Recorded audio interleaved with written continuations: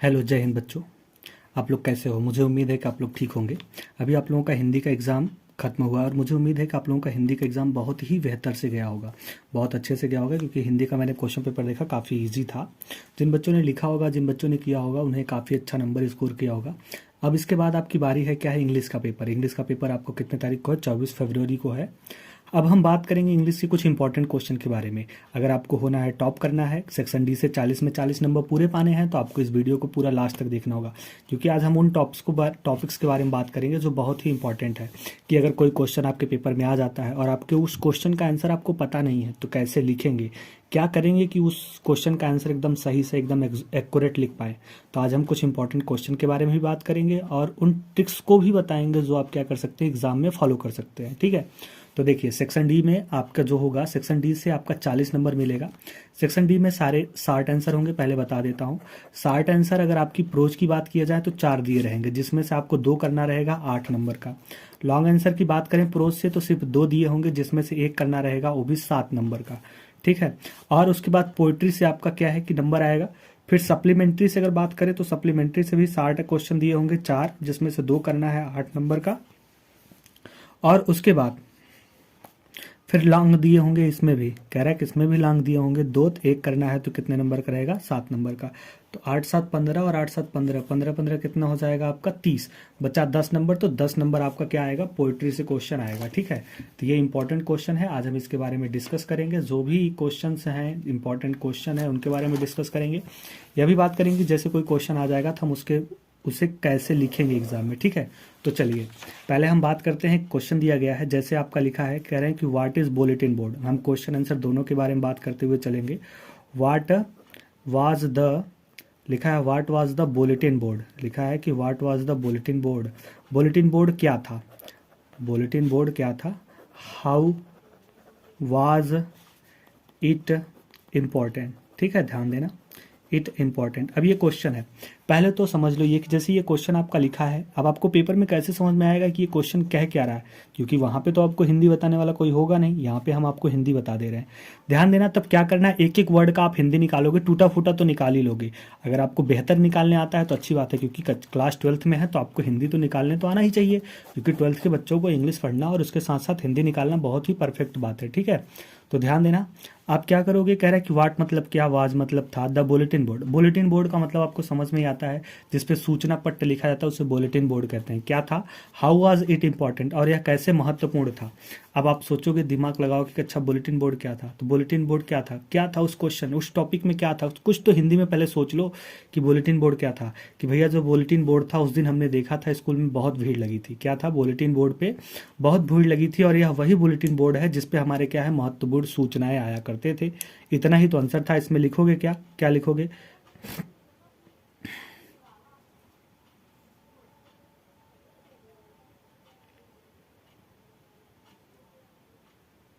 तो क्या लिखोगे बताओ? तो द बुलेटिन बोर्ड, क्या लिखोगे? The bulletin board, the bulletin board was, that board वह बोर्ड था, दैट बोर्ड, कह रहा है कि bulletin board was that board वह बोर्ड था, कह रहे हैं कि कामा, कह रहे हैं कि वह बोर्ड था ना, जिस पे क्या है कि भैया अपने सारे मैसेज, कह रहे हैं कि भैया जिस पर सारे मैसेज आते थे, तो वाज द वनली मीडियम, कि वह माध्यम था, वह मीडियम था, to convey, convey the message, convey the message and news to the common mass. ऐसे आप लिख सकते हैं। ठीक है, तो आप कह सकते हैं, क्या कह रहा है कि the bulletin board was that board, वैसा बोर्ड था, वाज द वनली मीडियम, या फिर वह एक ऐसा माध्यम था।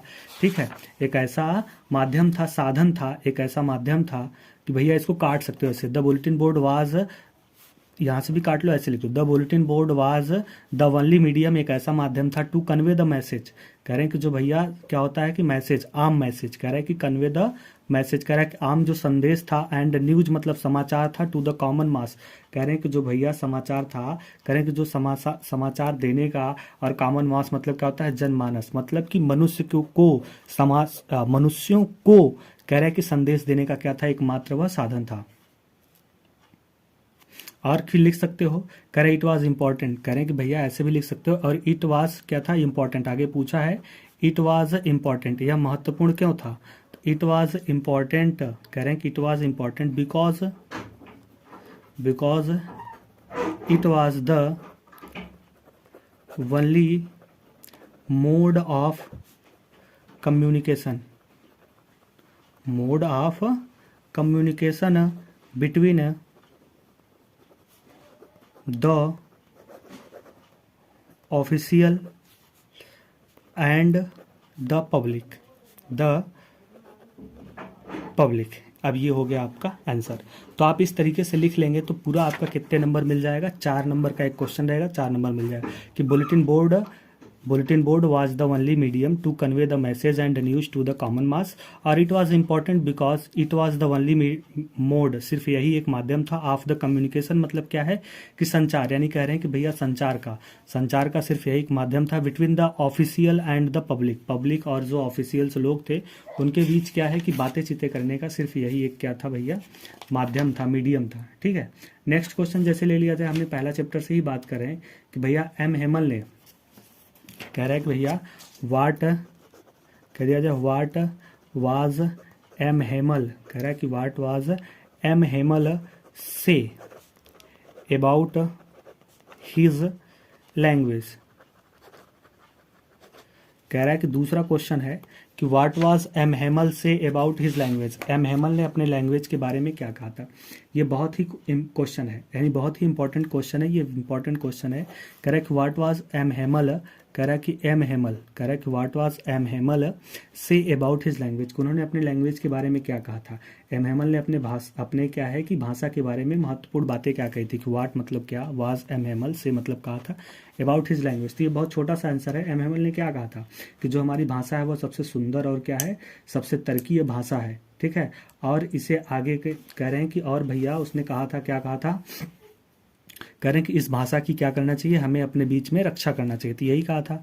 तो क्या हो जाएगा, एम हेमल, एम क्या लिखोगे, M Hamel said, M Hamel said that the French, क्या भैया, that the French language,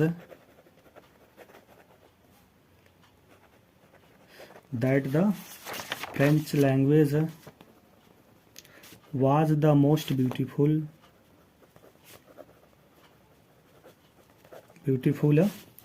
language, was the most beautiful language in the world। क्या था भैया, इन द वर्ल्ड, कि जो हमारी भाषा है, जो हमारी फ्रेंच भाषा है, वह संसार में क्या है, सबसे सुंदर भाषा थी। और एंड द क्लियरेस्ट, और क्या था भैया, क्लियरेस्ट मतलब आपको पता ही है कि सबसे तरक्की है, यानी सबसे क्या था, तरक्की है, सबसे सुंदर, और क्या था, सबसे तरक्की और सबसे स्वच्छ, क्लियरेस्ट मतलब स्वच्छ भी कह सकते हैं।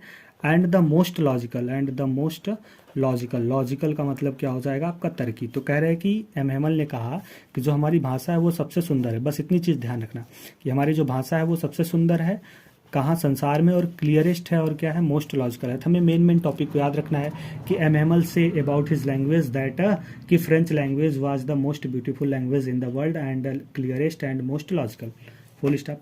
उसके बाद इन्होंने कुछ और भी कहा था कि भैया हमें इसे अपने बीच में सुरक्षित करना चाहिए। तो क्या हो सकता है, ही अगेन सेड, उन्होंने यह भी कहा था दैट की, अपने लैंग्वेज में लिख रहे हैं भाई कि दे मस्ट गार्ड मतलब क्या होता है, सुरक्षित करना, it among them and never forgot it. ठीक है, ये हो गया आपका सिंपल सा क्वेश्चन का आंसर। तो इस तरीके से आपके क्वेश्चन को आंसर को क्या करना है, लर्न करना है और लिख लिख करके प्रैक्टिस करना है। जो भी क्वेश्चन पढ़िए पहले क्वेश्चन को पढ़िए, क्वेश्चन को पढ़ने के बाद तुरंत आंसर। और आप लोग कॉपी कलम लेकर के बैठे होंगे इस टाइम कि हम जो भी क्वेश्चन बता रहे हैं उसको फटाफट फटाफट आपको क्या करना है, पढ़ना है। ठीक है, नेक्स्ट क्वेश्चन। नेक्स्ट क्वेश्चन अगर हमने कह दिया जाए कि भैया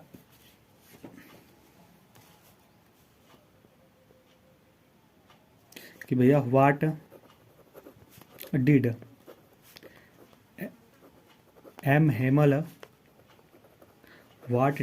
Hemal speak first in the class that day. हमारी राइटिंग पे मत जाना क्योंकि राइटिंग पता है इस टाइम राइटिंग इम्पॉर्टेंट नहीं है, इस टाइम इम्पॉर्टेंट है आप लोगों का क्लास।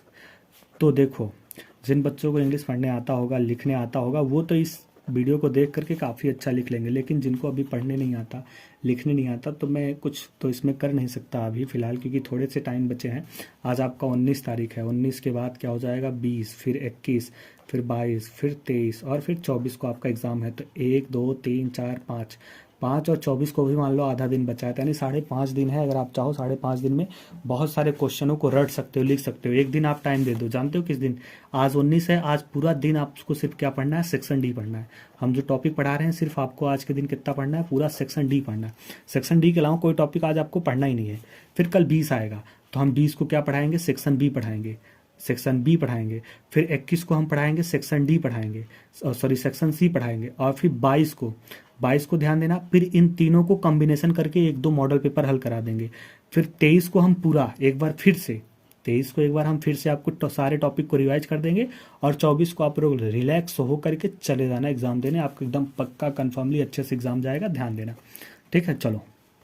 कह रहा है कि व्हाट मतलब क्या, डिड एम हेमल स्पीक मतलब एम हेमल ने बोला फर्स्ट इन द क्लास यानी कक्षा में, that day about the last lesson. कह रहे हैं कि जो एम हेमल थे उन्होंने पहली बार यानी फर्स्ट मतलब पहली बार, इन द क्लास मतलब कक्षा में, आखिरी पाठ के बारे में क्या बोला था। तो उन्होंने क्या बोला था भैया, एम हेमल ने बच्चों से कहा था कि यह जो हम पाठ पढ़ाने जा रहे हैं ये अंतिम पाठ है।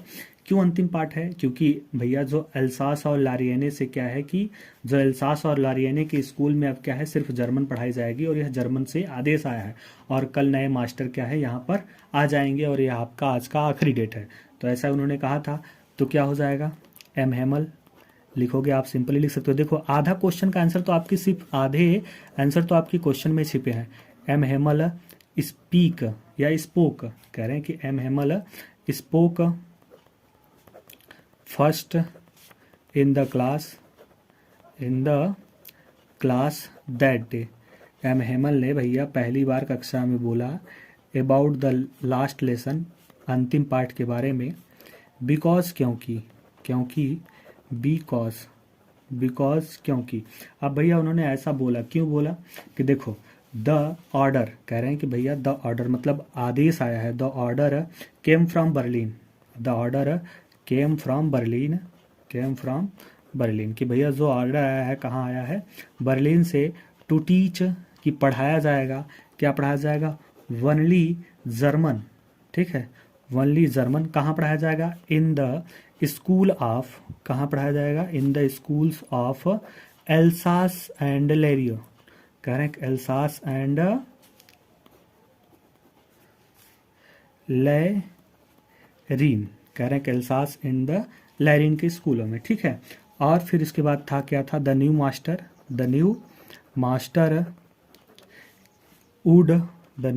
Would come the next day. बस इतना ही तो आंसर था इसका। बस ये देखो इतना सरल क्वेश्चन का आंसर हो गया कि भैया क्या था क्वेश्चन का आंसर कि what did M Hamel speak first in the class that day about the last lesson. तो M Hamel spoke first in the class that day about the last lesson, इतना हो गया। बिकॉज क्योंकि the order came from Berlin to teach only German in the school of Alsace and Lorraine, और the new master would come from the new master would come the next day. ठीक है, बस ये important question था आप लोगों का। Next question है दूसरा अगला, हम जैसे कि अब मान लो ये हमने शॉर्ट क्वेश्चन के बारे में बात कर लिया। ठीक है, अब जैसे मान लो कोई लॉन्ग क्वेश्चन आ जाए कि भैया लॉन्ग क्वेश्चन आ जाए तो आपको क्या करना है, देखो टॉपिक को बस बड़ा कर देना है। हमने 3-4 को लाइन में ये लिखा है, इसमें 2-3 लाइन और ऐड कर दोगे तो आपका लॉन्ग आंसर हो जाएगा। जैसे कि हम एक लॉन्ग क्वेश्चन के बारे में बात करते हैं, लिखा है वाई कह रहा है कि वाई वाज फ्रेंच, जो फ्रेंच था, फ्रेंच कौन था, लड़के का नाम था, ठीक है, running toward towards school towards school that day question Mark Watt did he notice the way, और उसने रास्ते में क्या नोटिस किया था, ठीक है, कि भैया जो फ्रेंच था उस दिन क्या है कि स्कूल की तरफ क्यों दौड़ा जा रहा था, तो और उसने रास्ते में क्या नोटिस किया था। अब उस दिन क्यों दौड़ा जा रहा था, तो शुरू से ही क्वेश्चन था कि भैया that day the French running toward the school because, क्योंकि ही वॉज वेरी लेट, क्योंकि वो बहुत लेट हो गया था, and was in great dread of scolding, और क्या था, उसे डांट खाने का काफ़ी ज़्यादा डर था। तो आप सिंपली इस तरीके से लिख सकते हो, क्या लिखोगे कि दैट डे, उस दिन क्या था भैया, that day French was running toward school because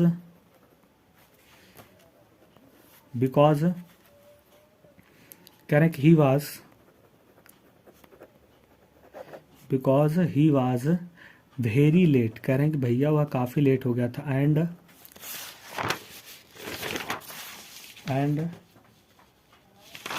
तो हमने यहाँ पे एंड तक लिखा, एंड वाज इन ग्रेट ड्रीड, और उसे क्या था, काफ़ी डर था, ऑफ स्कॉल्डिंग, क्या था, ऑफ स्कॉल्डिंग, किससे डर था भैया, एम हेमल से। क्यों डर था, क्योंकि क्या कहा था, एक्चुअली वास्तव में डर इसलिए था कि हिज मास्टर, जो उसके मास्टर थे, कह रहा है कि भैया हिज मास्टर या टीचर है एम हेमल, मास्टर या टीचर कह सकते हैं, एम हेमल हैड सेड, उनसे कहा था, क्या कहा था, दैट कि ही वुड आस्क, भैया वह पूछेंगे, ही वुड आस्क या क्वेश्चन, हम क्वेश्चन लिख देते हैं या फिर आस्क लिखते हैं, ही वुड आस्क, ठीक है, क्वेश्चन क्या पूछेंगे, किसके बारे में क्वेश्चन पूछेंगे, देम, उससे पूछेंगे, ऑन पार्टिसिपल के बारे में पूछेंगे, ठीक है। अब देखो ये सरल लग रहा है ना, अब कितना सरल लग रहा है, अब इसे आप लोग पूरा लिख लोगे, ठीक है। तो देखो जितने भी मैं क्वेश्चन लिख रहा हूँ यहाँ पर, लास्ट में क्या करूँगा, इस सारे क्वेश्चंस के पीडीएफ आपको डिस्क्रिप्शन बॉक्स में दे दूंगा, तो वहाँ से आप लोग चाहे तो ले सकते हैं, कि जो भी हम इंपॉर्टेंट क्वेश्चन, देखो राइटिंग तो ऐसे ही रहेगी, हम सुधार नहीं सकते, आप लोग इसे मिक्स कर लीजिएगा। हम यहाँ कोने पर लिख देते हैं पेज नंबर 2, ठीक है, तो आप लोग पेज नंबर 1 पेज नंबर 2 देख लीजिएगा। जैसे कि हमने ये लिख दिया आपका पेज नंबर 1, ये था पेज नंबर 1, और ये हो जाएगा इस तरफ पेज नंबर 2, तो ये होगा पेज नंबर 3, ठीक है। चलो लिख दिया, करें कि पार्टिसिपल, उन्होंने क्या कहा था, पार्टिसिपल पूछेंगे, एंड और जो था भैया फ्रेंच, और फ्रेंच को पार्टिसिपल के बारे में कुछ पता था, नहीं पता था, तो क्या था, फ्रेंच डिड नॉट नो, उसे नहीं पता था, द फर्स्ट वर्ड, क्या था भैया, the first word about them का मतलब उसे क्या है कि पार्टिसिपल के बारे में कुछ भी नहीं पता था, इसलिए भैया वह क्या कर रहा था, जल्दी जल्दी दौड़ा रहा था, सो इसलिए ही इज,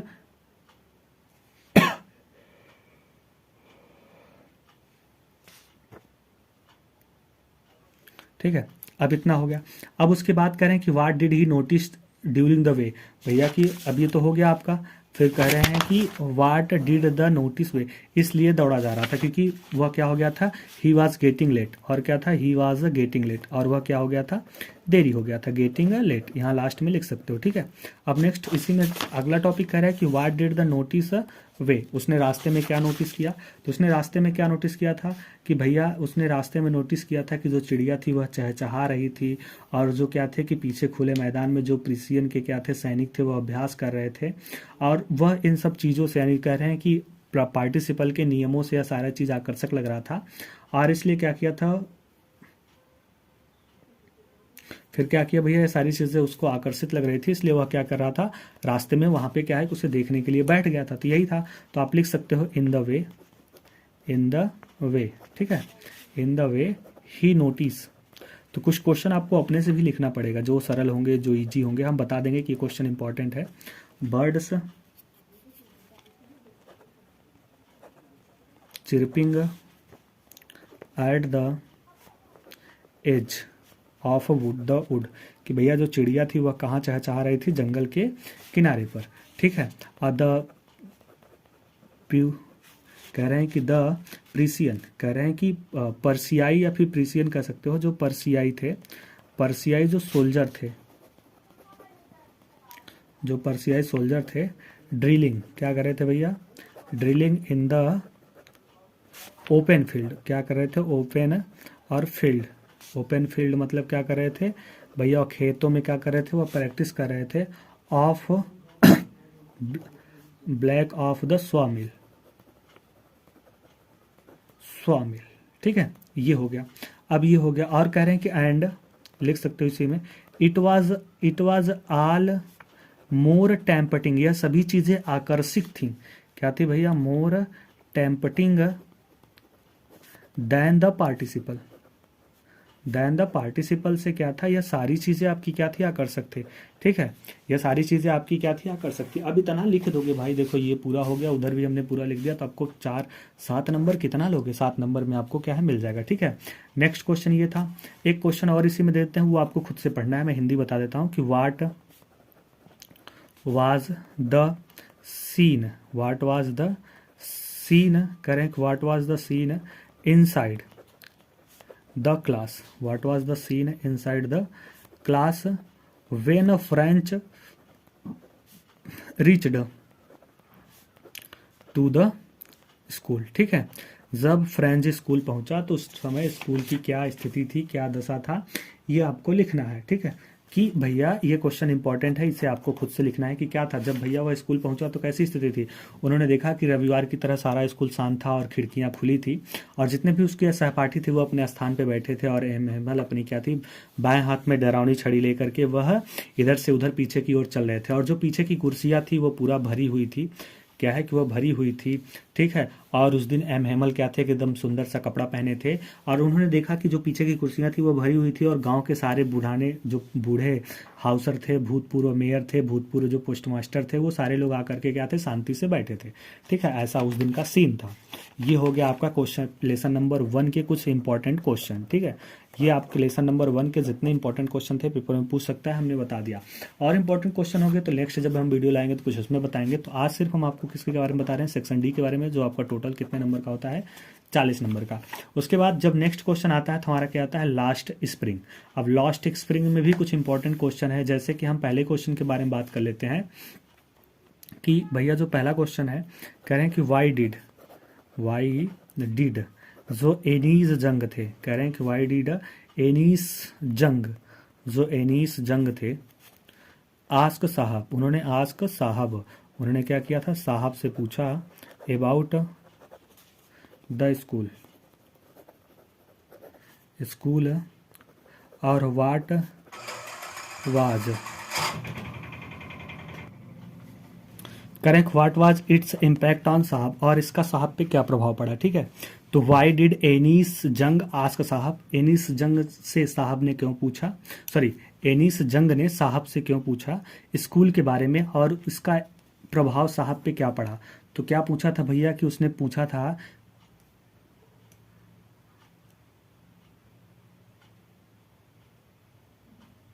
उसने क्या पूछा था आपको पता है, याद करो। करेक्ट, एनीस जंग ने साहब से पूछा था स्कूल के बारे में, भैया तुम स्कूल क्यों नहीं जाते हो, भैया तुम स्कूल क्यों नहीं जाते हो, या फिर तुम स्कूल क्यों नहीं जाते हो, क्या तुम कभी स्कूल जाना चाहते हो। तो साहब ने क्या जवाब दिया था कि यहाँ पर आसपास कोई स्कूल नहीं है, यदि आप स्कूल बनवाते हैं तो मैं स्कूल चला जाऊँगा। तो ऐसा ही उन्होंने पूछा था, तो आप क्या लिख सकते हो, एनीज क्या है, एनीज जंग क्या है, asked Saheb about the school because, क्योंकि सी वांट्स, वह जानना चाहती थी, सी वांटेड टू नो, वह जानना चाहती थी, अबाउट द इंटेंशन ऑफ साहब, वह साहब का इंटेंशन जानना चाहती थी, रिगार्डिंग स्टडीज, वह साहब से क्या है, इंटेंशन जानना चाहती थी, एंड और सी आस्क्ड कि why he was not going to school, कि भैया वह स्कूल क्यों नहीं जा रहा था। ठीक है, उन्होंने यह रीज़न पूछा कि भैया तुम स्कूल क्यों नहीं जाते हो। अगर जाते हो करोगे तो क्या हो जाएगा, ही, चलो सही है, क्या काट रहे।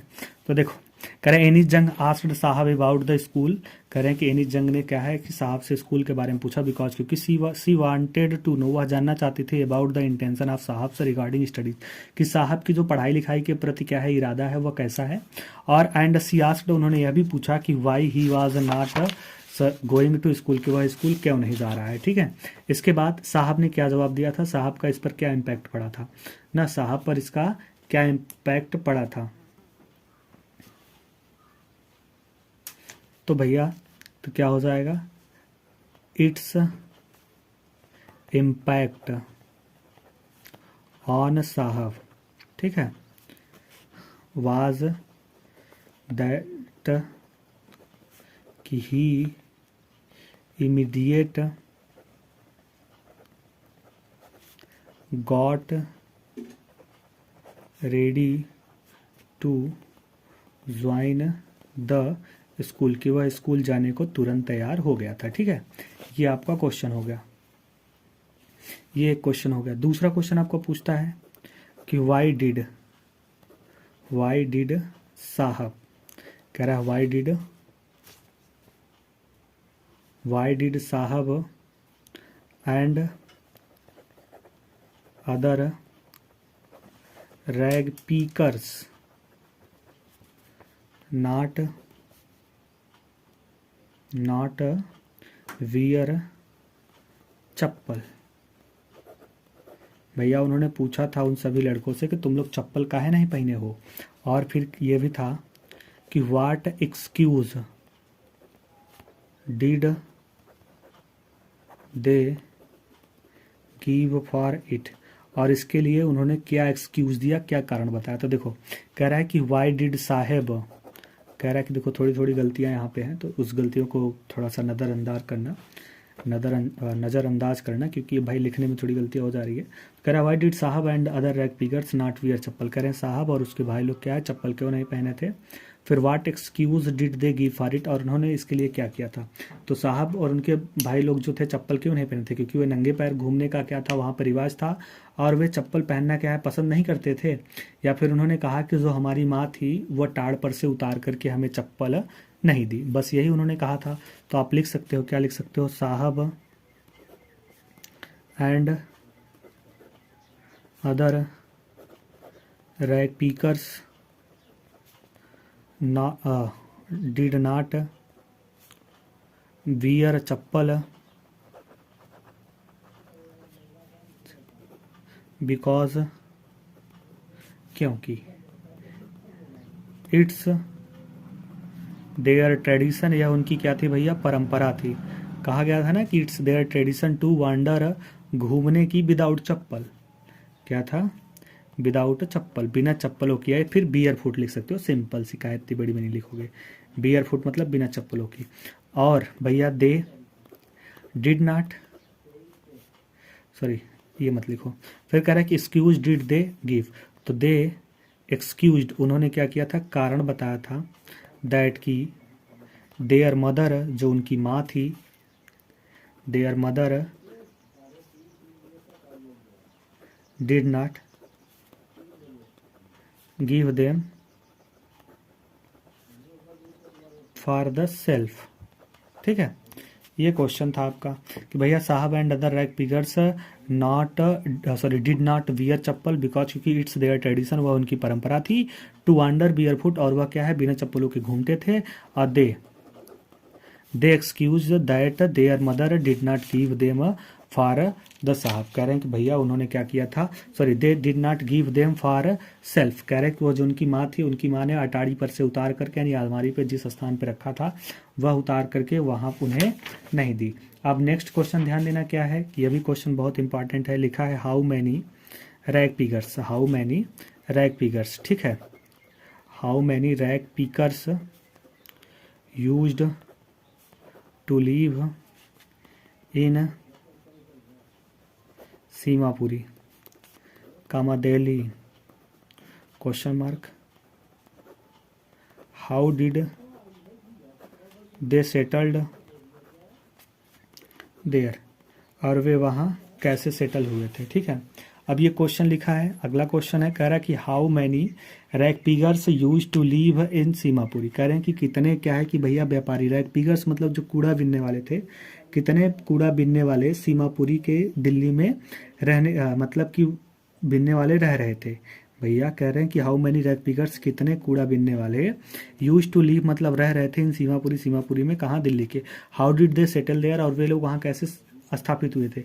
तो वहाँ पे कागज़ बीनने वाले कितने थे, 10,000 लोग थे, 10,000 लोग थे। और वहाँ वहाँ कब आए थे, और वे कितने दिनों से रह रहे थे, लगभग 30 वर्षों से पहले से रह रहे थे, ऐसा वहाँ पे बताया गया था। जब इंडिया और बांग्लादेश की यानी विश्व युद्ध के बाद, ऐसे कुछ था करके क्वेश्चन की, विश्व युद्ध के बाद वे लोग रहने लगे। या फिर ऐसे कह सकते हैं कि भैया वहाँ पर 10,000 से ज़्यादा लोग रहते थे और वहाँ पर 30 वर्षों से पहले रहते थे, क्योंकि वे बांग्लादेश से सन 1971 में एक शरणार्थी बन के आए हुए थे। तो ऐसे सिंपली आप लिख सकते हैं, ज़्यादा बड़ा नहीं होगा, इस तरीके से आप लिख सकते हैं। ठीक है,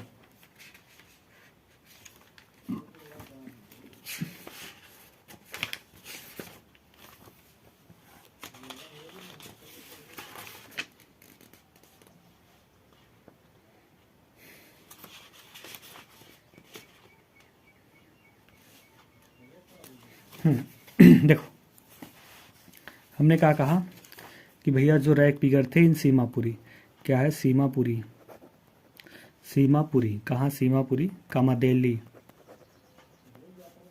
मोर देन कितने, 10,000, 10,000 से ज़्यादा क्या थे, रैक पिगर्स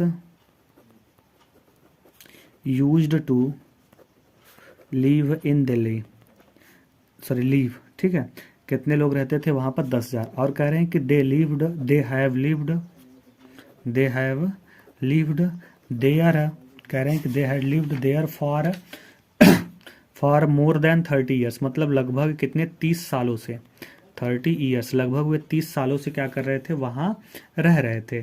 ठीक है, और कह रहे हैं कि भैया जो वे लोग थे, एज दे, कह रहे हैं कि are the squatters who came from Bangladesh, कह रहे हैं कि who came from Bangladesh in 1971, कह रहे हैं कि जो भैया बांग्लादेश से कब आए थे, 1971 में। बस इतना ही छोटा सा सिंपल सा आंसर था।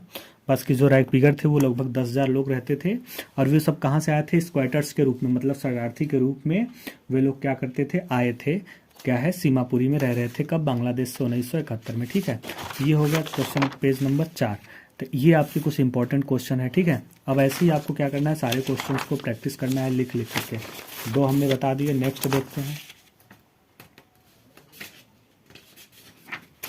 इसको अगर आप लोगों ने पूरा देख लिया शुरू से अंत तक, मुझे उम्मीद है कि सारे क्वेश्चंस आपको क्या है कि एकदम एक्यूरेट सही सही आ जाएंगे। देखो एक क्वेश्चन था, इट इज़ हिज कर्म, यह उनका भैया क्या है, कर्म है, और हिज डेस्टिनी, और यह क्या है, उनका भाग्य है। इट इज कर्म, हिज डेस्टिनी, कामा इन्वर्टेड कामा में यह लिखा गया था। उसके बाद हु सेड, कह रहे हैं कि हु सेड, यह बात किसने कही थी, कह रहे हैं कि हु सेड, कह रहे हैं कि भैया हु सेड, यह बात किसने कही थी ना, तो हु सेड दिस, यह बात किसने कही थी, एंड वाई, यह बात किसने कही थी और क्यों। जरा सोचो कि भैया किट इज हमारा, यही हमारा कर्म है, यह बात किसने कही थी और क्यों कही थी। तो यह बात मुकेश की दादी ने कहा था ना, क्योंकि भैया जो वो थे उनकी कई पीढ़ियां क्या है कि बचपन से कांच की चूड़ी बना रहे थे, और उनके जो पति थे चूड़ी बनाते बनाते ही क्या है कि अंधे हो गए थे। तो उन्होंने कहा कि हे ईश्वर, यह जो परंपरा चली आ रही है वंशागत, यह कब खत्म होगी, कभी तोड़ी जाएगी कि नहीं जाएगी, कि यह हमारा कर्म है और हमारा कर्म ही रहेगा। तो देखो हम आंसर लिखेंगे तो क्या हो जाएगा, इट इज हिज कर्म, इट इज हिज कर्म, हिज डेस्टिनी, यह उनका धर्म है और यह उनका भाग्य है। क्या भैया, इट सेड, या फिर क्या कह सकते हैं, मुकेश ग्रैंड मदर सेड, या फिर कह सकते हैं it is said by it is said bye Mukesh grand mother, यह मुकेश के ग्रैंड माँ के द्वारा कहा गया था। दिस ना सेड दिस बिकॉज, क्योंकि यह क्यों कहा गया था, मैंने अभी बताया, क्योंकि यह ऐसा इसलिए कहा गया था क्योंकि सी हैज वाच्ड, वह देख रही थी, क्या देख रही थी भैया, कि जो हर हस्बैंड थे, जो उसके स्वयं के हस्बैंड थे, ओन हस्बैंड गो ब्लाइंड, वह क्या हो जाते हैं, अंधा हो जाते हैं। The dust from polishing the glass of bangles,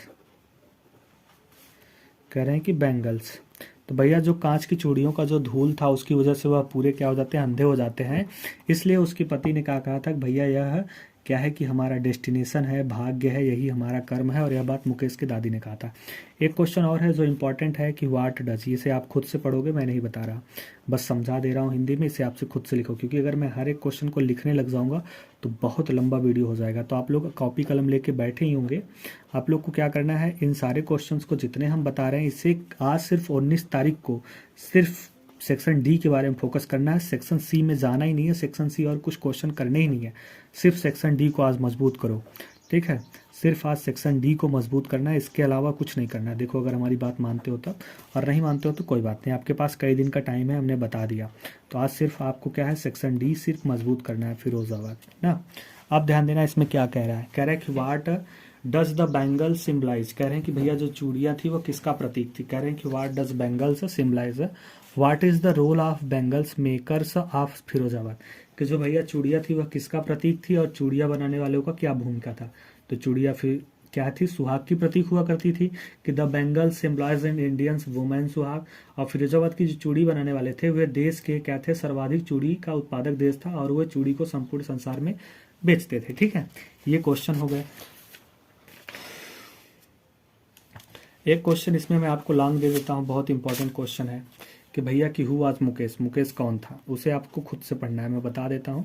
who आज मुकेश, मुकेश कौन था, आपको पता है मुकेश कौन था, उस चैप्टर में आपने उसे पढ़ रखा। अब देखो सबसे पहले लिखने का तरीका सिंपल यही होता है कि जो भी क्वेश्चन हमें दिया गया है पहले हम उसे आसानी से पढ़ते हैं, पढ़ने के बाद उसे हम समझते हैं क्या कह रहा है, फिर उसको हम इंग्लिश में सोचते हैं, हिंदी में सोचते हैं कि अच्छा ये कह रहा है, ये चीज़ें हैं, ये आंसर था वहाँ पे, फिर सेम चीज़ को हम क्या करते हैं, इंग्लिश में ट्रांसलेट करना शुरू कर देते हैं। अगर आप रट के गए हो तो अच्छी बात है, अगर आपकी रटने की स्किल तेज़ है, तो अगर आप रट के गए हो तब तो इससे अच्छा कोई बात ही नहीं है, क्योंकि रटने वाला लड़का बहुत ज़्यादा नंबर पाता है। लेकिन रट करके कब तक, थोड़ी ही देर तक, उसके बाद नहीं।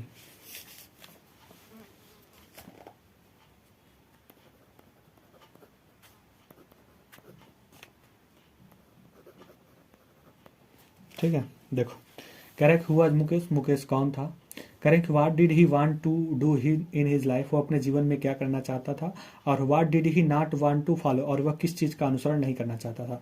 तो जो भैया मुकेश था वह फिरोजाबाद के क्या है, परिवारों में से, कह रहा है कि जो परिवार थी चूड़ी बनाने वाले में से क्या था, एक था, और उसका जो परिवार था वो कई पीढ़ियों से क्या कर रहा था, चूड़ी बना रहा था।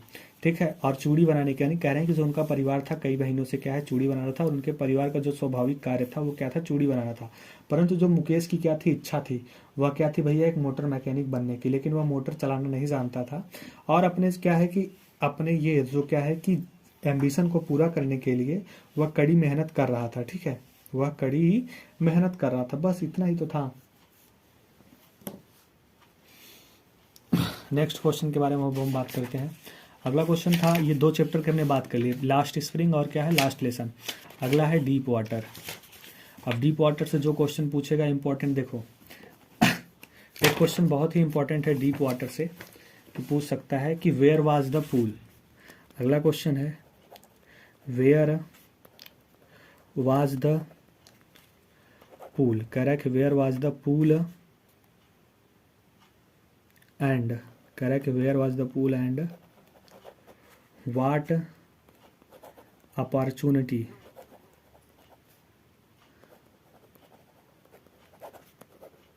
Did it offer.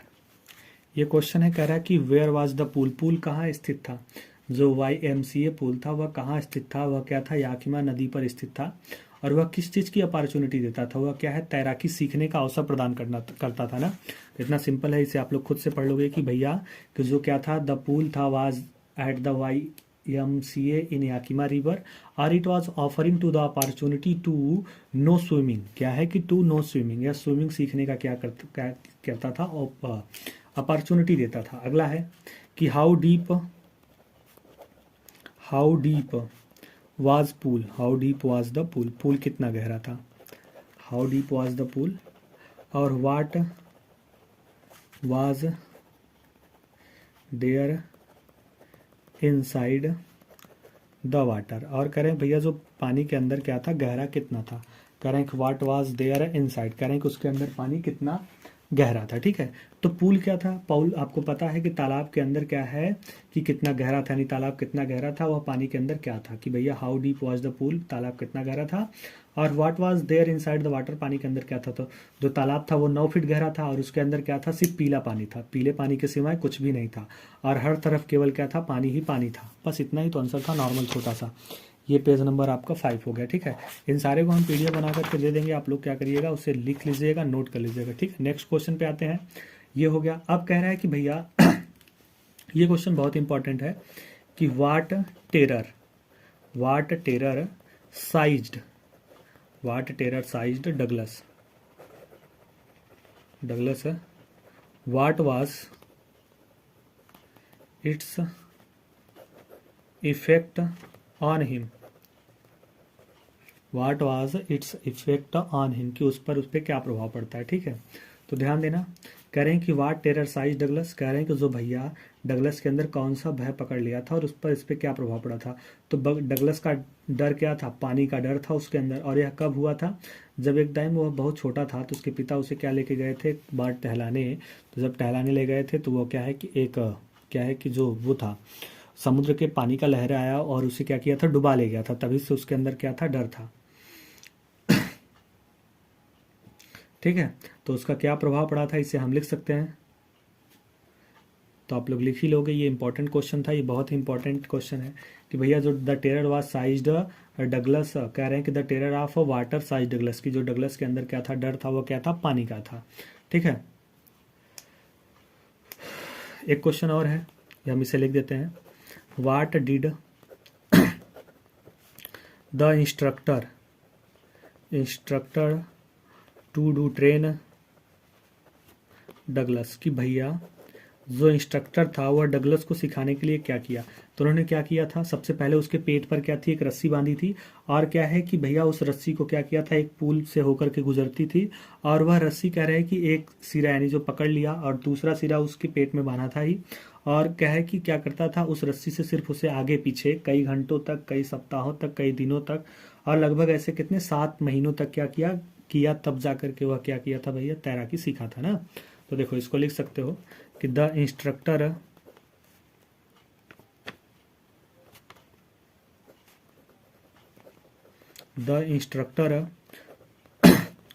Put a belt round him, attached a rope to the belt, throw a pulley held on to the end of the rope। ठीक है, मतलब कि the instructor put a belt around him, कि उसके चारों ओर belt बांध दिया, और attach a rope to the belt, और कह रहे हैं कि बेल्ट को क्या किया, एक रस्सी से बांध दिया। और थ्रो ए पुली, कह रहे हैं कि भैया एक रस्सी से क्या किया, बांध दिया। जो थ्रो ए पुली मतलब पुली से होकर के गुजरता था। हेल्ड ऑन द एंड, उसके एक किनारे को पकड़ रखा था, ऑफ द रोप मतलब रस्सी के। ठीक है, और उसके बाद कह रहे हैं went back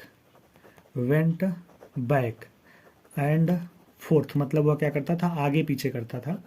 A cross the पुल, पुल के इधर उधर क्या करता था भैया, सिर्फ वह आगे पीछे करता था। फिर कह रहे हैं कि आवर आफ्टर आवर, मतलब कई घंटों तक। ठीक है, आफ्टर आवर आफ्टर डे कह रहे हैं कि डे आफ्टर डे, और उसके बाद क्या था, वीक आफ्टर वीक, कई सप्ताहों तक, वीक आफ्टर वीक, कह रहे हैं कि एंड आफ्टर 7, कह रहे हैं कि मंथ्स, कह रहे हैं कि लगभग 7 महीनों बाद, the instructor declare him as a swimmer, कि भैया उसे क्या कर दिया था, लगभग 7 महीने बाद उसे क्या किया, एक स्विमर के रूप में फेमस कर दिया, यानी बता दिया। ठीक है, अब यही क्वेश्चन आपको लांग में आ जाएगा कि डगलस के अंदर क्या डर था और डगलस के जीवन में कैसे आया। ये क्वेश्चन एक खुलांग में आता है कि डगलस के अंदर क्या डर था, उसके जीवन में कैसे आया और उसने उसका निवारण कैसे पाया। 3 क्वेश्चन, डगलस के अंदर पानी का डर था और उसके जीवन में कब आया था, जब वह 3 साल का था, तो उसके पापा एक क्या किए थे, कैलिफोर्निया बीच पे ले गए थे और क्या था वहाँ पर, उसके पिता ऊपर लटका हुआ था, मतलब वो अपने पिता को क्या है पकड़ के लटका हुआ था और क्या है, झटके से पानी आता है और उसके ऊपर से निकल करके चला जाता है और वह पानी में क्या हो जाता है, दब जाता है ना, वह दब जाता है। तभी से क्या था, उसे पानी से डर लगने लगा, ये हो गया। अब उसने इस डर पे काबू कैसे पाया, ये नहीं है, फिर उससे क्या है कि अपने डर पे काबू कैसे पाया, तो भैया क्या काबू कैसे पाया, इंस्ट्रक्टर ने कैसे उसे सिखाया, सेम क्वेश्चन है। तो आप इसके आंसर को यहाँ से इसे लिख दोगे तो 3 क्वेश्चन का आंसर क्या है, एक में हो गया। ठीक है, अगला है रैट ट्रैप। रैट ट्रैप का मतलब क्या था, चूहेदानी वाला। नेक्स्ट क्वेश्चन आता है आपका रैट ट्रैप। ये कुछ इंपॉर्टेंट जितने क्वेश्चन थे मैं बता रहा हूँ, सारे क्वेश्चनों को पढ़ लो, लिख लो, समझ लो। ठीक है, अगला क्वेश्चन है आपका रैट ट्रैप। अगला नेक्स्ट टॉपिक है रैट ट्रैप। अब रैट ट्रैप के भी कुछ इंपॉर्टेंट क्वेश्चन थे, जैसे देखो लिखा है हु आज, कह रहे हैं कि हु आज द रैट ट्रैप सेलर, कि भैया जो रैट ट्रैप सेलर था, कह रहे हैं कि रैट ट्रैप सेलर कौन था, हु आज रैट ट्रैप सेलर, और how did he make them, और वह उन्हें कैसे बनाता था। कह रहे हैं who was red trap seller, red trap seller कौन था और वह उन्हें कैसे बनाता था, ये क्वेश्चन है। कह रहे हैं who was red trap seller कौन था, वह उन्हें कैसे बनाता था। तो रेड ट्रैप सेलर कौन था, एक वह फेरी वाला था जो कह रहे हैं चूहेदानी बेचता था, और उसे बनाता कैसे था, वह चूहेदानी को क्या है, दुकानों और फर्मों से, जो हाउसों से जो चीज़ें कूड़ा कबाड़ा मांगता था और उसे क्या करता था, वह स्वयं बनाता था। तो ये पहला क्वेश्चन था, सरल था, लिख लोगे।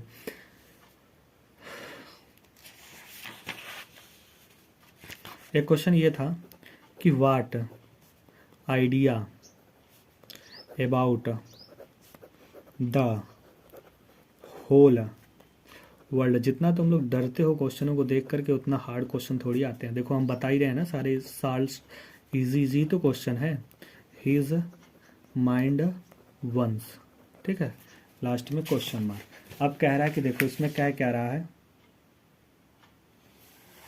कि भैया व्हाट आइडिया, मतलब जो उसका विचार था, अबाउट द होल वर्ल्ड, मतलब पूरे संसार के बारे में, did strike in his mind once, कि उसके दिमाग में कैसे आया, कि भैया जो पूरा संसार के बारे में जो आइडिया विचार था उसके दिमाग में कैसे आया।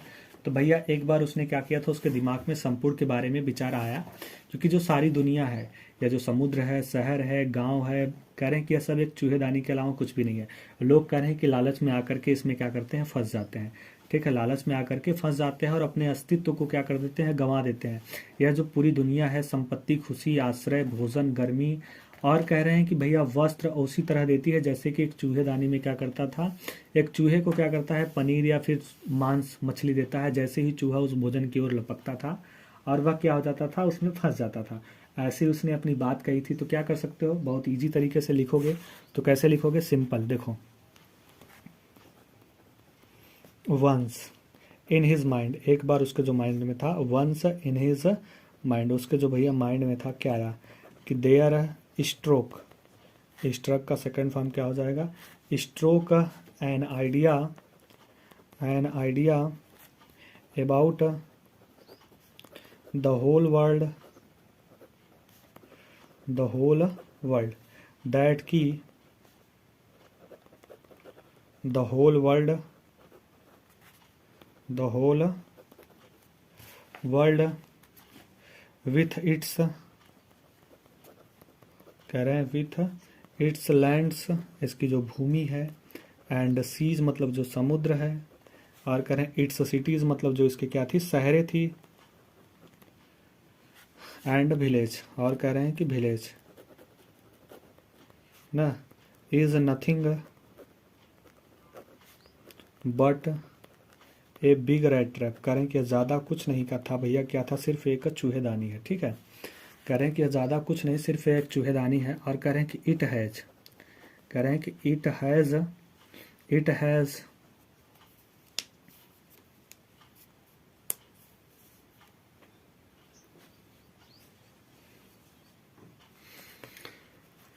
कह रहे हैं it has never existed, it has never existed for any other purpose, any other purpose, PURPOSE, any other purpose then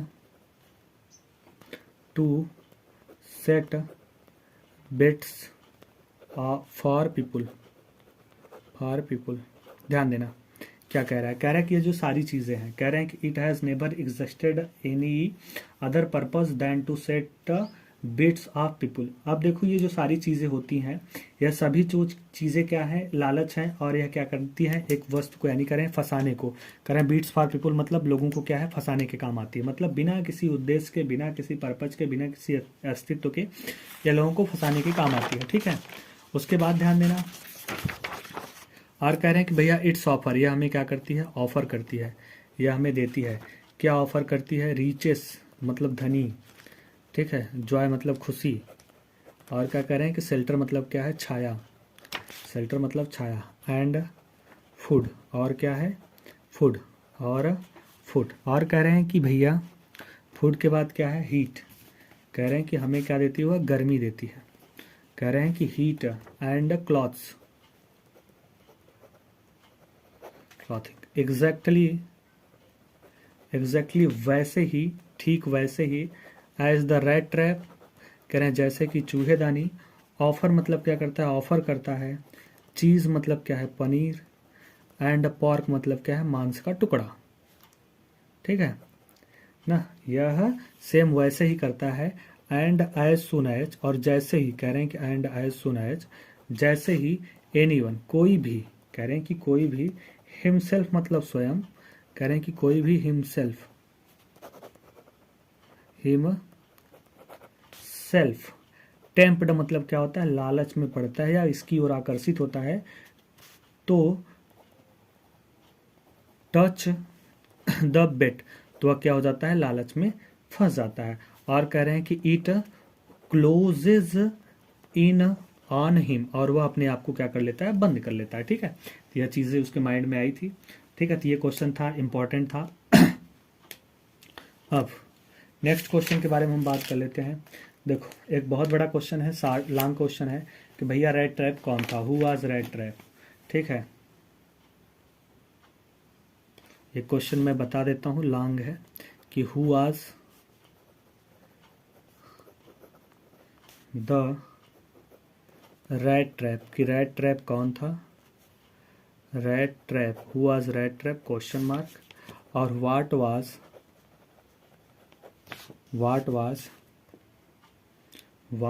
was his condition, उसकी दशा क्या थी। कह रहे कि व्हाट वाज हिज कंडीशन, उसकी दशा क्या थी, and how was he struggling, how was he struggling for the survival, describe, explaining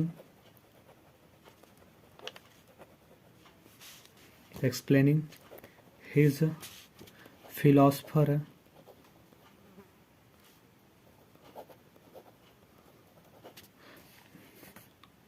philosophical thought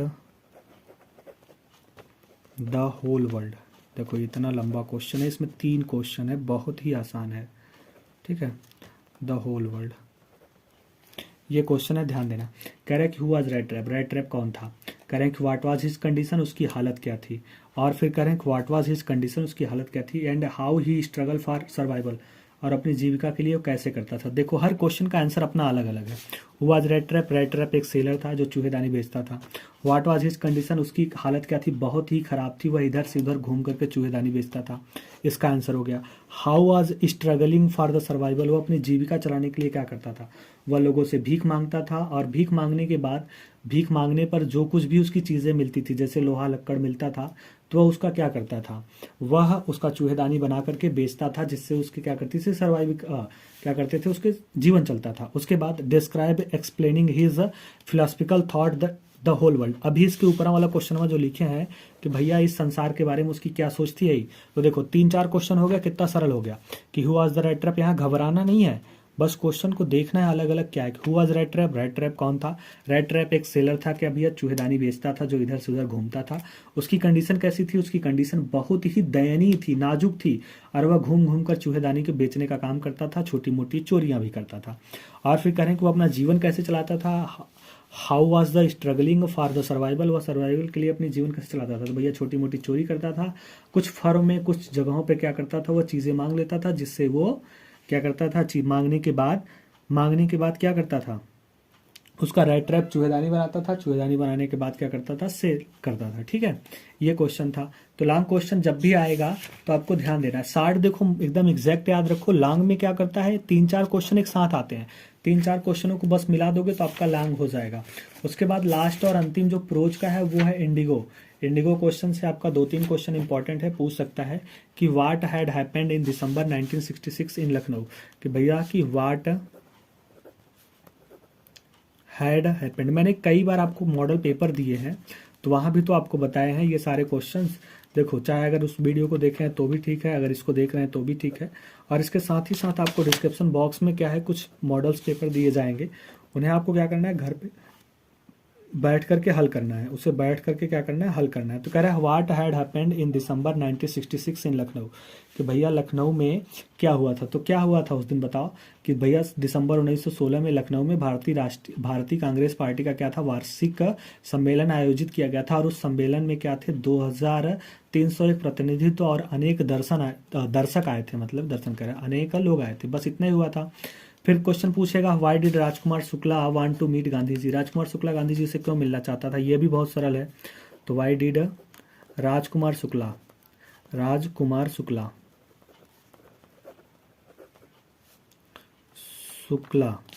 ठीक है, want to meet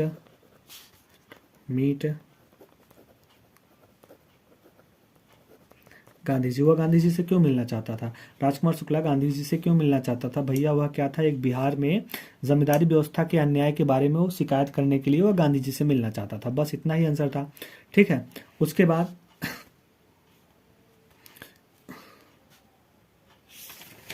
next question के बारे में देख लेते हैं।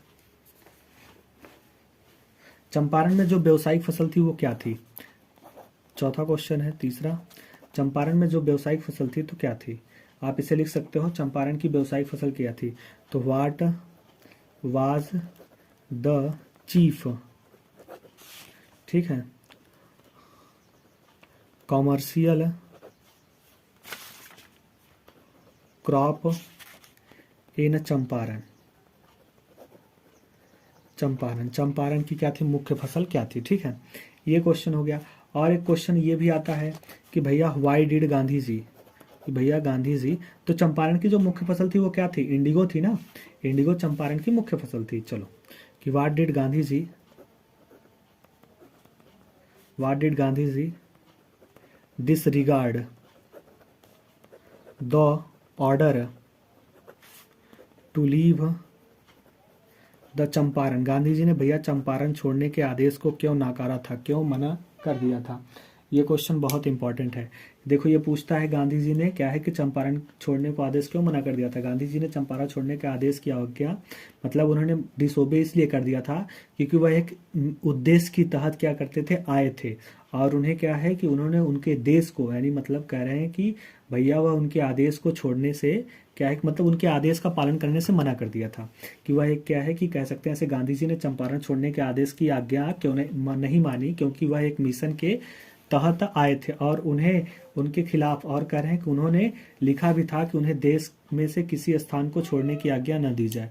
ऐसा उन्हें कुछ ऑर्डर आया था, कुछ कहा गया था, ठीक है। उसके बाद लॉन्ग क्वेश्चन आते हैं, कुछ इंपॉर्टेंट क्वेश्चन है, जैसे कह दिया जाए हु आज राजकुमार शुक्ला। हु आज राजकुमार शुक्ला, अभी हमने पढ़ाया बताया राजकुमार शुक्ला कौन था। हु आज राजकुमार शुक्ला।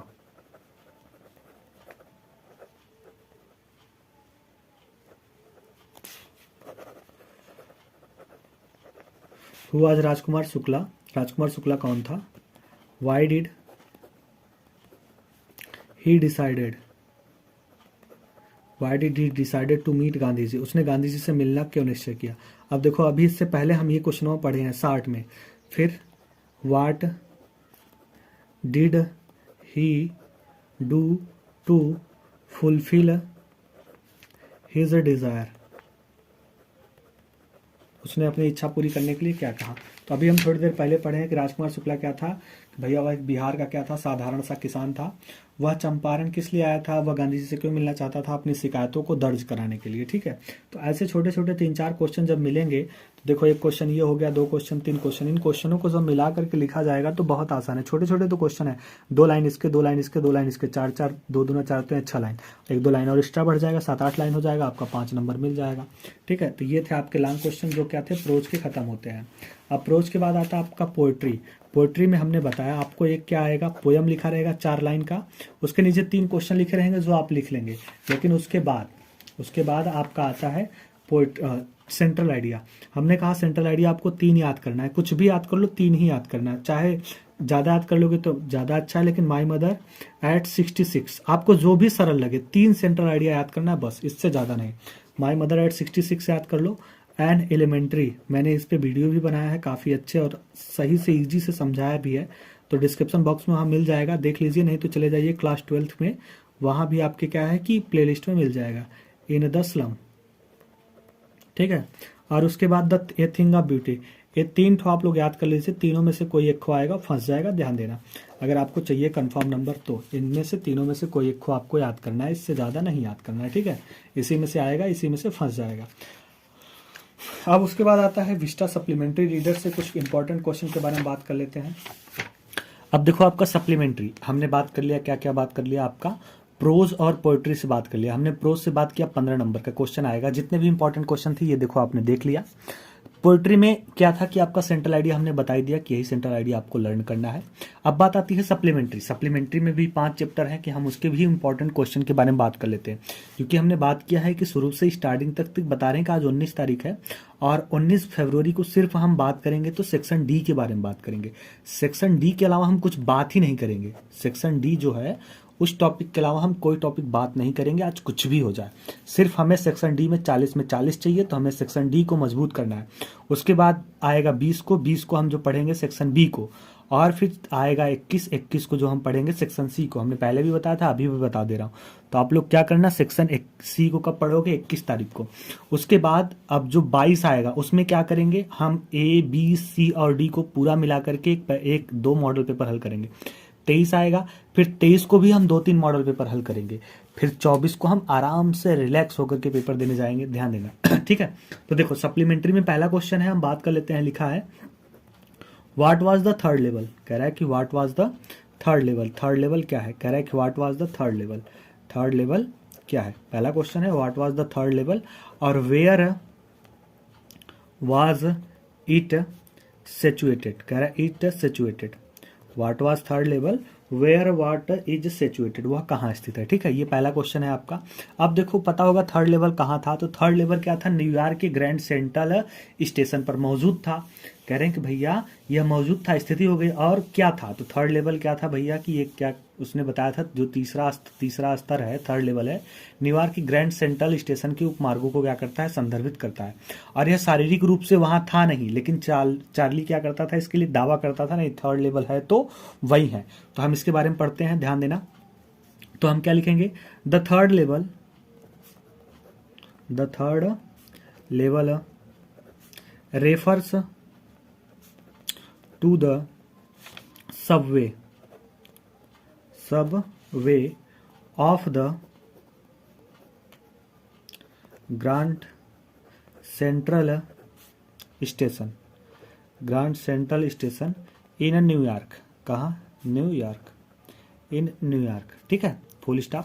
उसके बाद हम लिख सकते हैं 2 यद्यपि, क्योंकि भैया यद्यपि वह शारीरिक रूप से क्या था, वहां पर मौजूद नहीं था। यद्यपि थर्ड लेवल क्या था भैया, यद्यपि third level was not present, PRESENT, present there physically, क्योंकि भैया वहां पर शारीरिक रूप से तो मतलब फिजिकली क्या था, थर्ड लेवल वहां पर स्थित नहीं था। लेकिन जो चार्ली क्या करता था, इसके लिए दावा करता था ना कि नहीं वहां पर है, तो लेकिन का क्या हो जाएगा, बट चार्ली, चार्ली क्या करता था भैया, क्लेम्ड, क्लेम्ड का मतलब क्या होता था, दावा करता था, it to be present there, कि नहीं भैया थर्ड लेवल क्या है, वहीं स्थित है, to be present, to be present there, to be present there, कि नहीं थर्ड लेवल वहां पर स्थित ही है, कि थर्ड लेवल नहीं वहां पर है ही, आप कैसे कह रहे हैं कि नहीं है, हम तो वहां पे गए थे। तुम कब गए थे भैया, सपने में गए थे ना, चलिए कोई बात नहीं, सपने में गए थे तो अच्छी बात है, अब हकीकत में चले जाओ, जाके देख लो थर्ड लेवल नहीं है, तो पता नहीं कौन सा सपना देखते हो, ठीक है। फिर उसी में कह रहा है कि ये हो गया। अब फिर वह कहाँ मौजूद था, तो आपको पता है the third level was at grant central Station in New York. कहाँ था भैया, न्यूयॉर्क, ठीक है। तो ये क्वेश्चन हो गया आपका पहला। तो हमने टोटल कितने पेज के बारे में बात कर लिया, 6, 6 के बाद क्या था आपका 7, टोटल 6 के बाद आपका हो गया ये 7वां, 7वां के बाद ये हो गया आपका 8वां। तो हमने कहा है कि लास्ट में इन सारे इंपॉर्टेंट क्वेश्चनों को हम क्या करेंगे, आपको डिस्क्रिप्शन बॉक्स में दे देंगे, वहाँ से आप चाहे निकाल लीजिए, चाहे अगर आप देख रहे हैं कापी कलम लेके इस टाइम पढ़ रहे हैं तो आप यहीं से नोट कर लीजिए, वहाँ जाने की आवश्यकता नहीं है। हम हमेशा कहते हैं कि जब भी आप पढ़ा करो तो कॉपी किताब ले करके पढ़ा करो। अगला है कह रहा है कि अगला है कह रहा है कि हु आज साइक्रेस्टिक्स, कह रहे हैं कि हु आज साइक्रेस्ट्रिक्स, जो मनोचिकित्सक था कौन था, वो चार्ली का क्या था, फ्रेंड था, यही था। और फिर कह रहा है कि what did he tell about, और उसने क्या बताया, the third level, what did he tell about the third level, उसने थर्ड लेवल के बारे में क्या बताया। तो देखो कह रहा है कि हु वाज साइक्रेस्टिक्स मतलब होता है मनोवैज्ञानिक, मनोचिकित्सक या मनोवैज्ञानिक, तो मनोचिकित्सक कौन था, और what did he tell about the third level, और उसने थर्ड लेवल के बारे में क्या कहा, ये हमारा क्वेश्चन है, इंपॉर्टेंट है। तो देखो उस आपको पता है कि जो मनोवैज्ञानिक था वो क्या था, चार्ली का मित्र था, और उसका मानना था कि जो चार्ली था वो तीसरे स्थल तक गया था, यानी उसे तीसरा स्थल क्या था, मिला था, जैसे कि जागते हुए वो क्या कर रहा हो, उसके स्वप्न को पूरा हो रहा हो, ठीक है, ऐसा उसने कहा था। और वह जो था क्या था भैया, चार्ली जो था उसने सिर्फ कल्पना किया कि नहीं यह तीसरा तल होता है, तो उसने इस बात को क्या किया था, उसने स्पष्ट किया। और वास्तव में क्या था कि वो जो थी, कह रहे कि वास्तव में चार्ली ने अपने वास्तविक जीवन में, कह रहे हैं कि वह निरसक क्या कहते हैं उसको, मतलब कि काफी परेशान था, अपसेट था, डल था, कि नहीं यार ऐसे कैसे हो सकता है, मैंने स्वप्न देखा है, मैंने थर्ड लेवल देखा है, लेकिन आप कह रहे हो नहीं है। चलो इसके आंसर को लिख देते हैं। देखो जो क्या था कि जो साइक्रेस्टिक्स था, सैम क्या था, वो चार्ली का क्या था, मनोचिकित्सक था, मतलब मनोचिकित्सक मित्र था। तो पूछ लेता है हुआ साइक्रेस्टिक कौन था, तो सैम वाज, या फिर ऐसे लिख सकते हो साइक्रेस्टिक्स वाज चार्लीज फ्रेंड, ऐसे लिख सकते हो, या फिर लिख सकते हो सैम वाज चार्लीज फ्रेंड, ऐसे भी लिख सकते हो आप, चार्लीज साइक्रेस्टिक्स फैन, या फ्रेंड, सॉरी फैन करें, फ्रेंड। वह क्या था भैया, जो सैम था वो चार्ली का क्या था, मनोचिकित्सक मित्र था। और कह रहे हैं कि भैया what did he tell about the third level, उसने थर्ड लेवल के बारे में कहा। ही भैया उसने कहा, ही हैड, कह रहे हैं कि ही हैड बिलीव्ड, उसे विश्वास था, कह रहे हैं कि उसे विश्वास था, कह रहे हैं कि वो उसे विश्वास था, क्या विश्वास था, दैट की जो चार्ली है, कह रहे दैट की Charlie had got the whims of third level, ठीक है, third level as a walking dream, मतलब उसने क्या किया था, अपने स्वप्न में देखा था।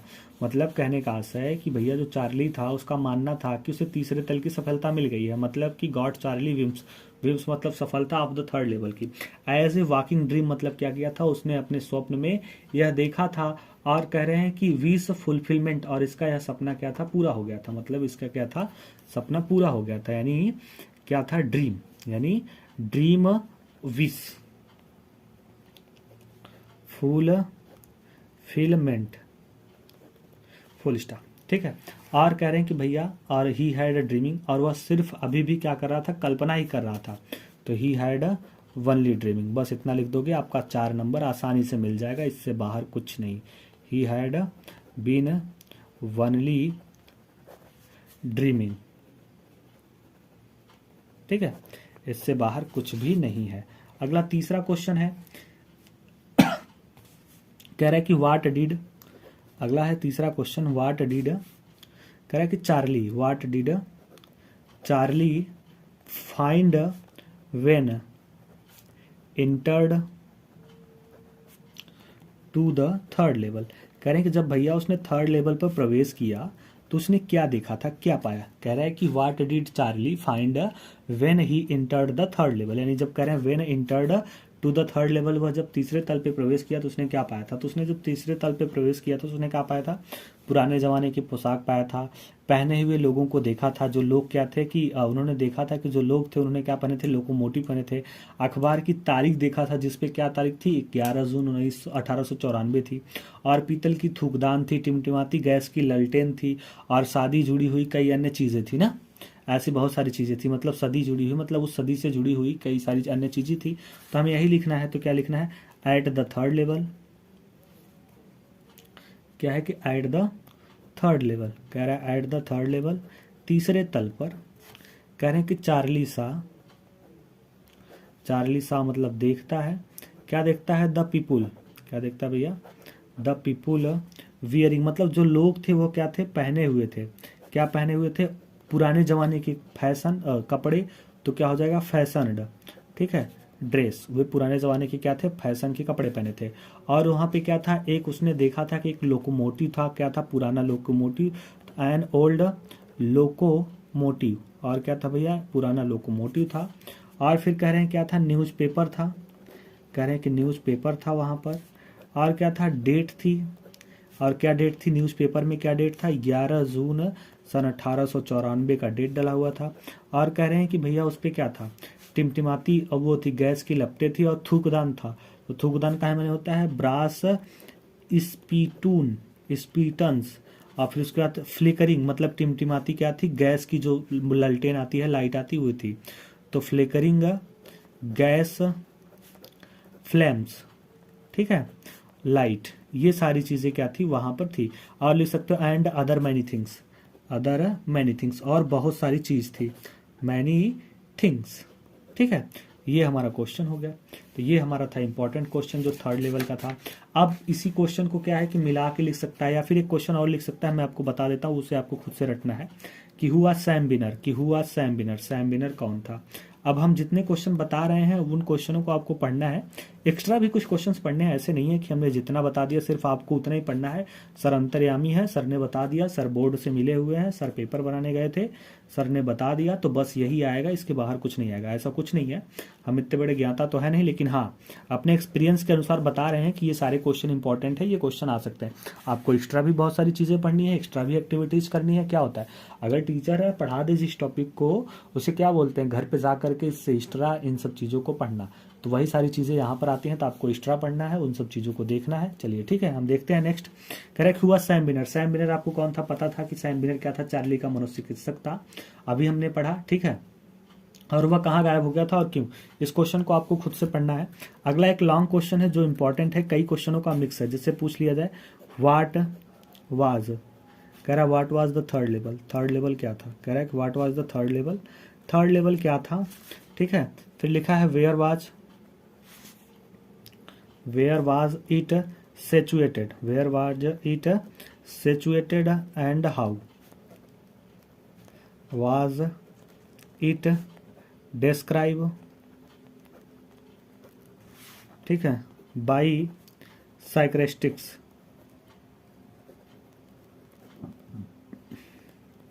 या मनोचिकित्सक सैम के द्वारा कैसे डिस्क्राइब किया गया। देखो यहाँ 2-3 क्वेश्चन है। व्हाट वाज थर्ड लेवल, अभी हमने जो पहले पढ़ा, वेयर वाज इट सिचुएटेड, यह कहाँ स्थित है, और करें कि हाउ वाज इट डिस्क्राइब, किस तरीके से वर्णन किया गया, बाय द साइक्रेस्टिक सैम, यानी सैम के द्वारा इसके बारे में कैसे किया गया। ठीक है, 3 क्वेश्चन है, तीनों क्वेश्चन को ऐड कर दोगे तो एकदम आसानी से हो जाएगा। और इसमें सब में सेम क्वेश्चन पूछा है थर्ड लेवल के बारे में। थर्ड लेवल कहाँ था उसका वर्णन करिए, थर्ड लेवल क्या है उसका वर्णन करिए, यही क्वेश्चन है। तो इसको आपको आसानी से पूरा पढ़ लेना। ये आपका क्या हो गया, पेज नंबर 9। ठीक है, अब पेज नंबर आता है, बात करते हैं 10।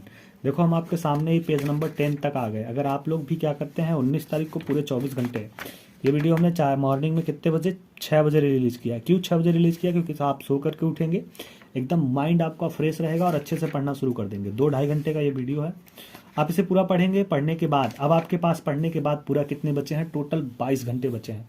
क्योंकि 2-2.5 घंटे का वीडियो निकाल देते हैं तो 22 घंटे, जिसमें से आपको कितने सोने हैं, 6 घंटे। 6 घंटे सो देंगे तो बचेगा कितना आपका, 16 घंटे बचेगा। आप 16 घंटे में से मान लो 6 घंटे हमने और निकाल दिया, मान लो थोड़ा सा टेकिंग रेस्ट, अदरवाइज दूसरा अन्य था काम, बचे 10 घंटे। अगर 10 घंटे आप सेक्शन डी को पूरा देते हो, आज सेक्शन डी को पूरा 10 घंटे कंटिन्यू आप देते हो, तो मुझे गारंटी है 40 में 40 ला दोगे, उससे बाहर कोई क्वेश्चन ही नहीं पूछेगा यार। ठीक है, नेक्स्ट क्वेश्चन है, कह रहा है कि who was tiger king, who was the tiger king, tiger king कौन था। अगला क्वेश्चन है, who was tiger king, tiger king कौन था। अब आपको पता है टाइगर किंग कौन था, हाउ वाज ही नेम्ड। ये देखो बहुत ही सरल क्वेश्चन है, मैं इसका आंसर नहीं लिख रहा हूँ, इसे सिर्फ मैं आपको हिंदी में बता दे रहा हूँ, आप इसे लिख लीजिएगा क्योंकि बहुत सरल है, इसे आपको आता भी होगा। Who was tiger king, tiger king कौन था। टाइगर किंग क्या था कि the Maharaja Pratibandapuram is the hero of his story. मतलब क्या था, वह प्रतिबंधपुरम का महाराजा था और वह क्या था, कहानी का नायक था। या फिर कह सकते हैं ऐसे, the tiger king was the Maharaja Pratibandhapuram comma और he is the hero of this story, और यही स्टोरी के क्या थे, हीरो थे। और फिर कह रहे हैं how was he named it, और उसका नाम कैसे पड़ा। He also came to be known the tiger king, और वह टाइगर किंग के रूप में जाना जाता था। और the tiger king gets his name as tiger, कह रहे हैं कि डोमेन नेम उसका क्या है, टाइगर नेम दिया गया ना भैया। और क्यों दिया गया, क्योंकि एक क्या कहते हैं उसका, एक प्रेडिक्शन, मतलब सॉरी एस्ट्रोलॉजर कह सकते हैं।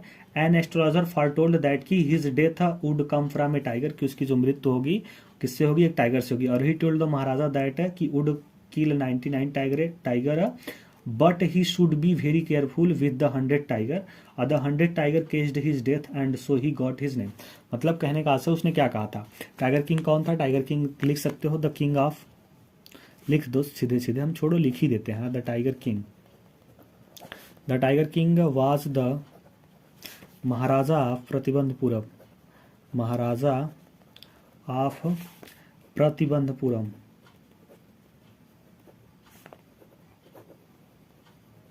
प्रतिबंधपुरम, और full stop, he is the hero of, he is the hero of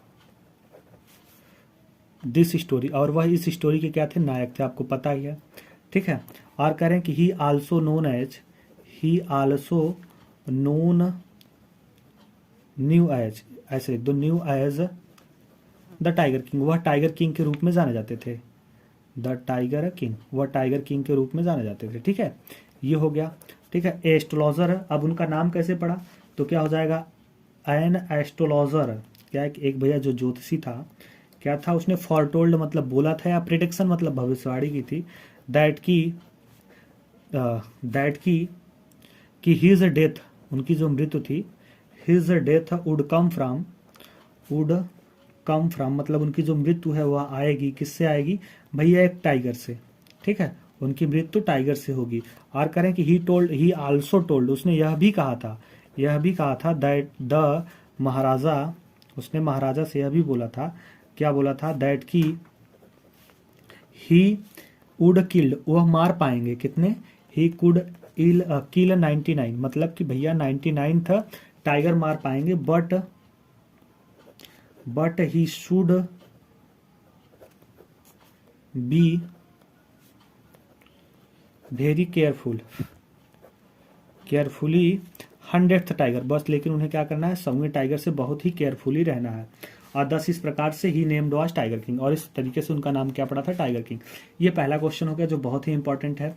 अगला क्वेश्चन एक पूछता है, हर बार कई बार एग्जाम में पूछ चुका है कि भैया कि what did the astrologer tell about the death of tiger king, कि भैया what did the astrologer tell about the death of tiger king, भैया उसने टाइगर किंग कि भैया जो उसके टाइगर किंग की मृत्यु के बारे में उसने क्या कहा। या फिर ऐसे भी लिख सकते हो कि what was the astrologer prediction. इसको कई तरीके से क्वेश्चन पूछता है, ठीक है। तो आप लोग वहां पे कंफ्यूजन मत क्रिएट करिएगा कि अरे सर ये क्वेश्चन पूछा, सर ने ये बताया नहीं कि राजा का मृत्यु कैसे हुआ, राजा के मृत्यु के बारे में उसने एस्ट्रोलॉजर ने क्या बताया था। ऐसे कई क्वेश्चन पूछते हैं। तो उसने क्या बताया था कि भैया यह जो लड़का है इसकी जो जन्म हुई है वह एक सिंह राशि में हुई है। किस राशि में हुई है? सिंह राशि में हुई है। यह बड़ा होकर के बहुत क्या कहते हैं उसको, महान योद्धा बनेगा। लेकिन इसे क्या है, बैल और क्या है, शेर से बच करके रहना होगा, क्योंकि इसकी मृत्यु क्या है, बैल या बाघ से लिखी हुई है। तो बस इतना ही था। तो क्या लिखोगे? The astrologer told about the death of tiger king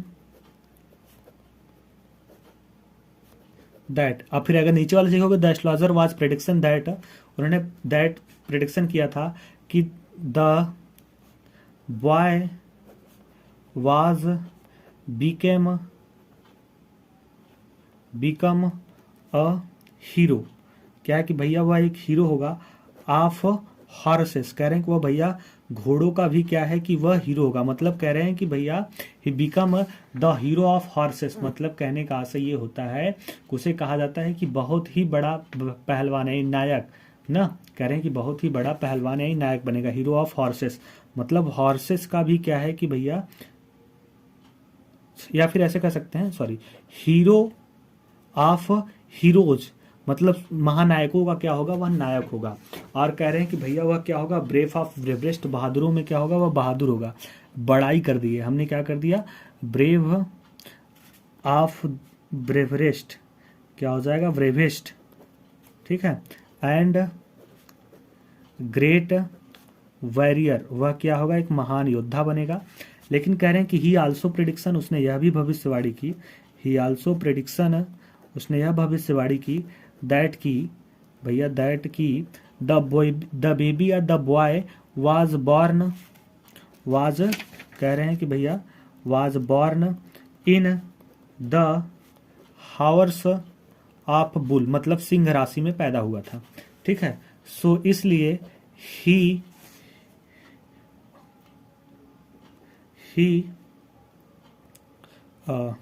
क्या कह सकते हैं, केयरफुल रहना होगा ना।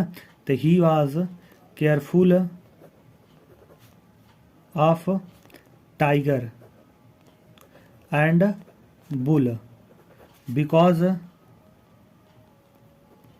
टाइगर एंड बुल, यानी टाइगर और जो सांड है, वर इनेमीज, इनके क्या है, शत्रु थे भैया, क्योंकि इनके क्या है, शत्रु हैं, ठीक है। Full stop.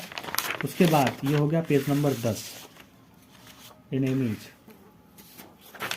इनेमीज। उसके बाद इनेमीज के बाद आप क्या लिख सकते हो, और फुल स्टॉप। देयर फॉर, इसलिए क्या होगा भैया, ही वुड डाई, करें he would die of tiger. इसलिए भैया क्या है कि टाइगर है, या फिर कह सकते हैं he would die due to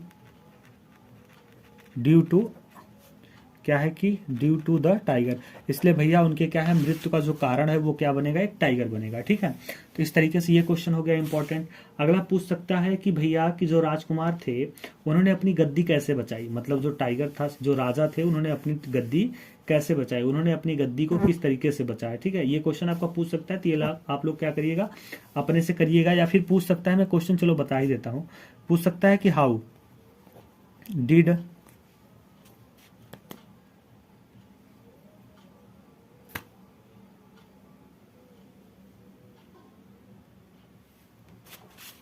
पूछ सकता है, कह रहा है कि हाउ डिड द किंग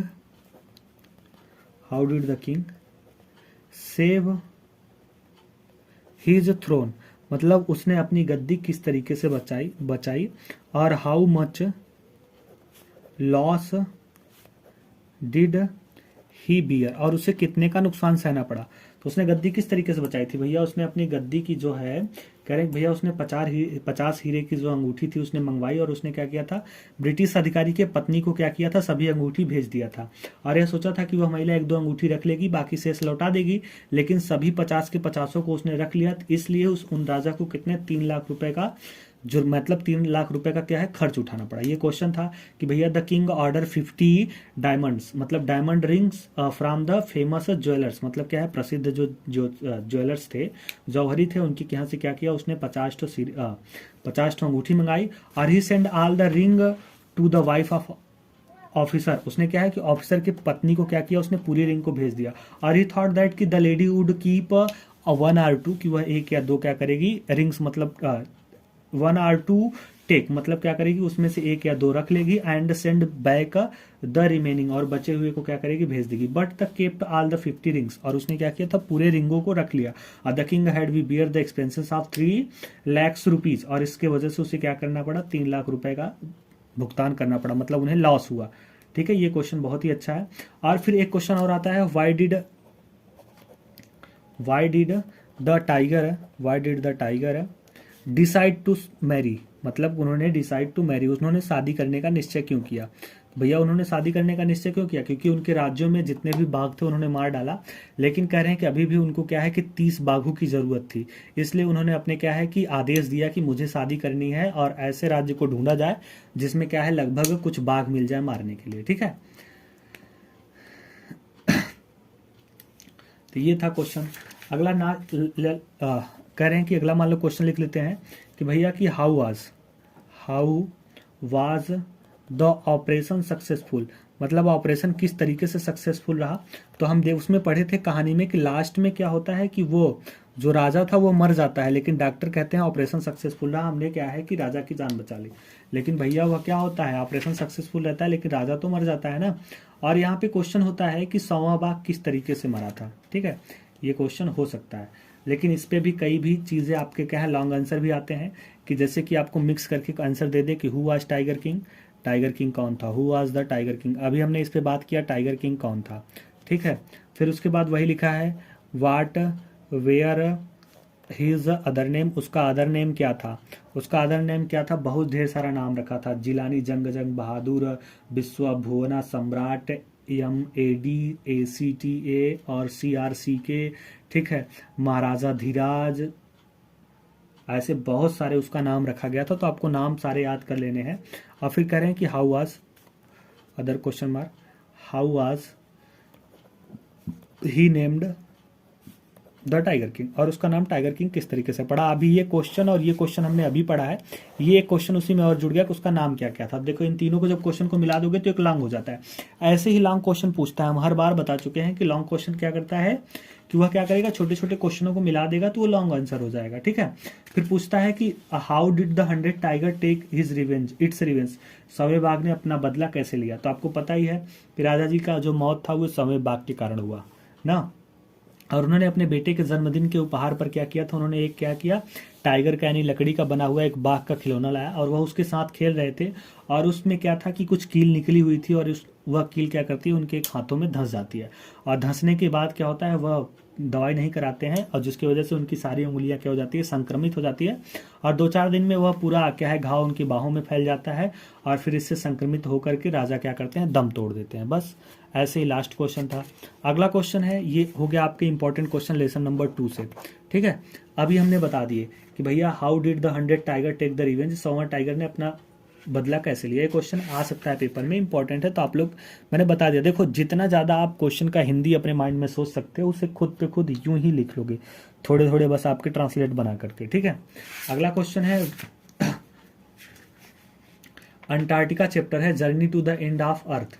इससे ज़्यादा इंपॉर्टेंट क्वेश्चन नहीं आते, इसे हम छोड़ देते हैं। छोड़ इसलिए देंगे क्योंकि ये थोड़ा सा हार्ड है, आप लोगों को याद भी नहीं होगा, लेकिन अगर याद होगा तो 1-2 क्वेश्चन इससे पूछे जाएंगे, तो कोई बात नहीं। अगला क्वेश्चन हमारा है इनेमी। हमने इसे छोड़ इसलिए दिया, देखो ऑप्शनल आपके क्वेश्चन होते हैं, एक क्वेश्चन आना है इससे the journey of the end से। ठीक है, to the journey of the end से एक क्वेश्चन आना है। अब एक क्वेश्चन के लिए वो थोड़ा सा हार्ड है, अब हम उसमें मेहनत करेंगे। इससे अच्छा करो उस क्वेश्चन को छोड़ दो, ऑप्शनल उसके जगह पे हम कोई और कर देंगे। ठीक है, चलो आगे लिखा है, अगला क्वेश्चन है जो है अब इनेमी से कि हु वाज भैया हु वाज सदाऊ, सदाऊ कौन था, हु वाज सदाऊ, सदाऊ कौन था, और where was his house situated. अब देखो ये सिंपल क्वेश्चन, पहले तो ये सबसे सरल सरल क्वेश्चन होते हैं जो बहुत ही सरल है कि सदाऊ कौन था, उसका घर कहाँ स्थित था। तो सदाऊ कौन था, एक शल्य चिकित्सक था और वैज्ञानिक था। उसका घर कहाँ था, अमेरिका में क्या था, स्थित था। कह रहे हैं कि भैया उसका, सॉरी अमेरिका में, जापान में, सॉरी सॉरी सॉरी। कह रहे हैं कि भैया जो डॉक्टर सदाऊ था वो क्या था, हम लिख सकते हैं डॉक्टर सदाऊ, यहाँ लिख सकते हैं डॉक्टर सदाऊ, ठीक है। वाज अ फेमस, मतलब बहुत ही प्रसिद्ध क्या था,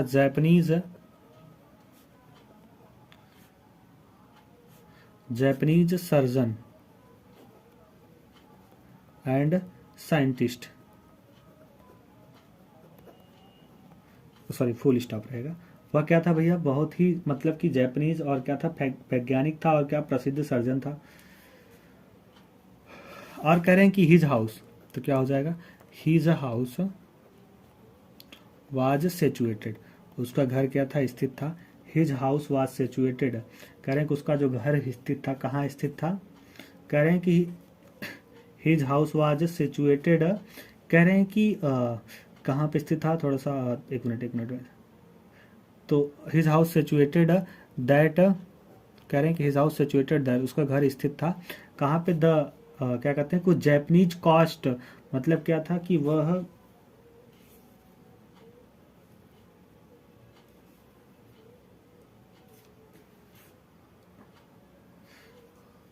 situated the house was, sorry situated surround, ऐसे लिख दो, सराउंडेड बाई पाइन ट्रीज, उसका घर जो स्थित था भैया वो कहाँ स्थित था, the house was situated surrounded the pine trees, मतलब क्या था, वो ताड़ के पेड़ों के चारों तरफ क्या था, उसका घर घिरा हुआ था, ठीक है। फिर हो सकता है आश्चर्य, ये क्वेश्चन पूछ सकता है अगला कि हु आज, कह रहा है who was the wounded person, कि वह घायल व्यक्ति कौन था, who was wounded person, who was wounded person, और what was happened to him, उसके साथ क्या हुआ था, ठीक है। पूछ सकता है अगला क्वेश्चन है कि हु वाज वुंडेड, कह रहे हैं कि हु वाज वुंडेड पर्सन, कह रहे हैं कि भैया घायल व्यक्ति कौन था, और व्हाट वाज हैपेंड, उसके साथ क्या हुआ था। तो आपको पता है घायल व्यक्ति कौन था,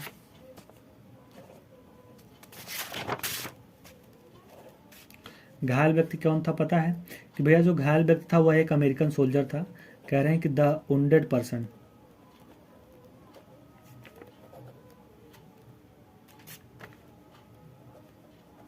the wounded person was an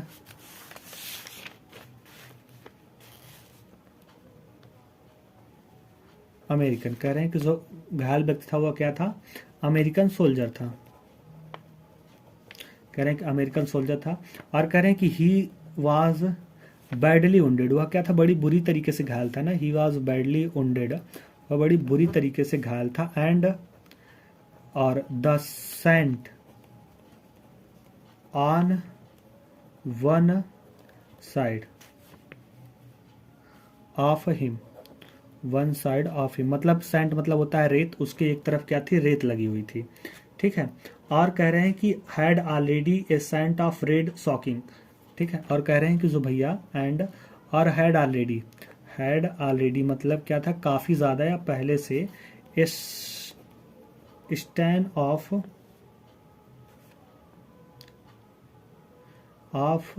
red soaking,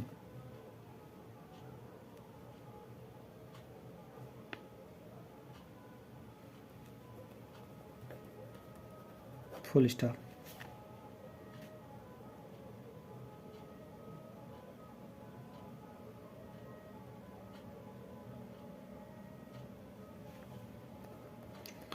on the right side, दूसरी तरफ देखता है सदाऊ, ऑफ हिज लोअर मतलब निचले हिस्से पर, back Sadao saw that gun wounded had been reopened, ठीक है। उसने दूसरी तरफ देखा, क्या था, गन लगा हुआ था और उसमें क्या कर रहा था, खून निकला हुआ था, ठीक है। अब अगला क्वेश्चन है कि how did operate the white man, कि भैया उस सफ़ेद आदमी की ऑपरेशन कैसे किया गया, ठीक है। How did doctor Sadao operate the white man, ठीक है। डॉक्टर सदाऊ ने उस गोरे आदमी की कैसे ऑपरेशन किया था, तो कैसे किया था भैया, उसने क्या किया, उसके शरीर में से गोली निकाल दी। कह रहे हैं कि उसने क्या किया भैया, उसके शरीर में से गोली निकाल दिया, और गोली निकालने के लिए उसने क्या किया था, उसको शून्य का सुई लगाया था ना, और उसके अंदर फिर उसने क्या किया, औषधि वगैरह भर दी, बस इतना ही था। ये क्वेश्चन हो गया। फिर एक क्वेश्चन और आता है, अगला जो क्वेश्चन है, अगला क्वेश्चन है, लिखा है कि what did the general promised, what did the general promised with doctor Sadao, मतलब जो जनरल था वह डॉक्टर सदाऊ से क्या वादा किया था, कि भैया उसने वादा किया था कि ऐसा करो, तुम परेशान मत हो, ठीक है, कि भैया तुम परेशान मत हो, मैं तुम्हें परेशानी में नहीं आने दूंगा, मैं कुछ हत्यारों को तुम्हारे घर पे भेज दूंगा, और वह क्या करेंगे, अमेरिकी सैनिक को मार देंगे, और मारने के बाद इसके अलावा वह शरीर भी हटा देंगे और तुम्हें कोई प्रॉब्लम भी नहीं होगी। और फिर उसी में लिखा है कि व्हाट हैड हैपेंड देन, और व्हाट हैपेंड देन, और उसके बाद क्या हुआ था, और सच कह रहे हैं कि भैया कह दिया जाए सच, यानी रियलिटी में एक्चुअली डज नॉट थिंग्स, लेकिन does not such, actually does not such a thing, इस तरीके से कुछ भी नहीं हुआ। या फिर कह सकते हैं actually assassin had never come, लेकिन कभी भी हत्यारे नहीं आए। And Sadao himself manage the rid of the problem, और वह स्वयं को क्या करना पड़ा, अपने प्रॉब्लम से छुटकारा पाना पड़ा, ठीक है। ये क्वेश्चन है जो आप लोग लिख लीजिएगा, इंपॉर्टेंट है ना।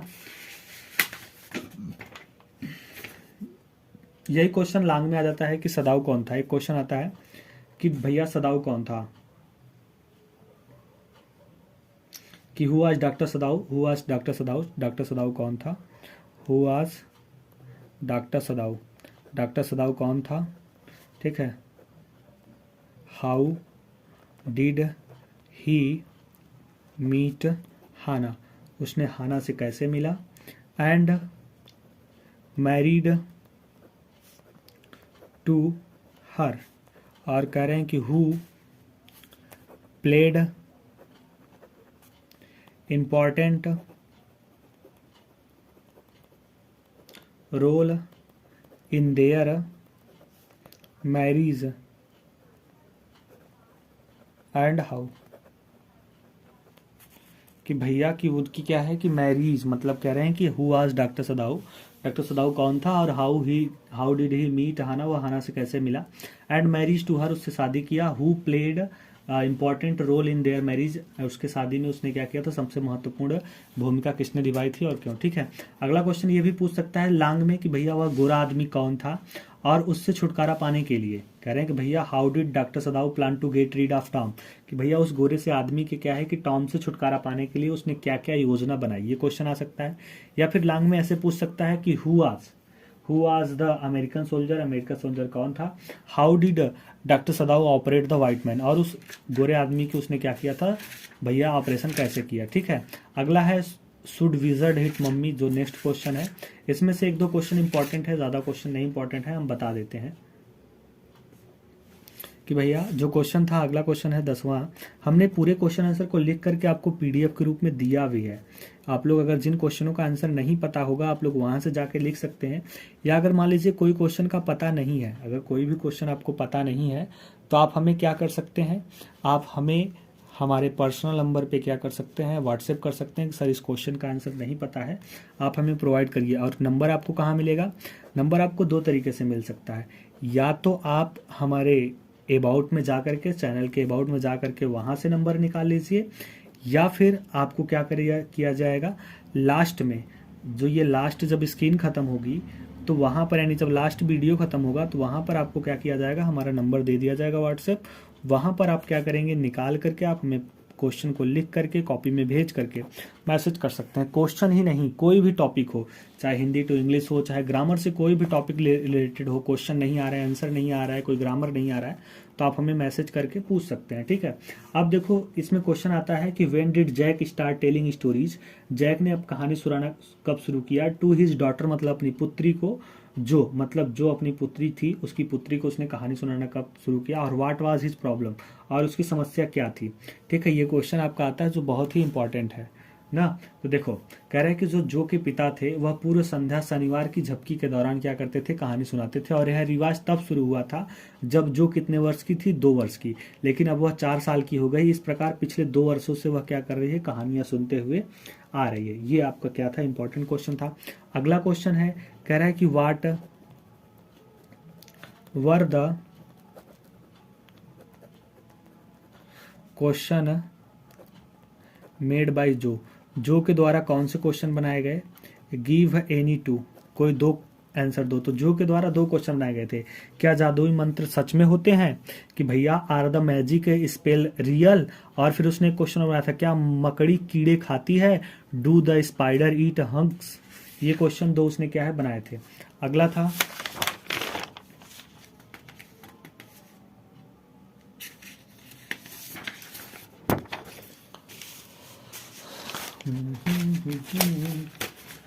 हम तो छोड़ेंगे नहीं दिन दिन दिन दिन, जब तक सेक्शन डी तैयार नहीं हो जाता तब तक आज हम छोड़ेंगे नहीं, खाना पीना दिए हैं छोड़।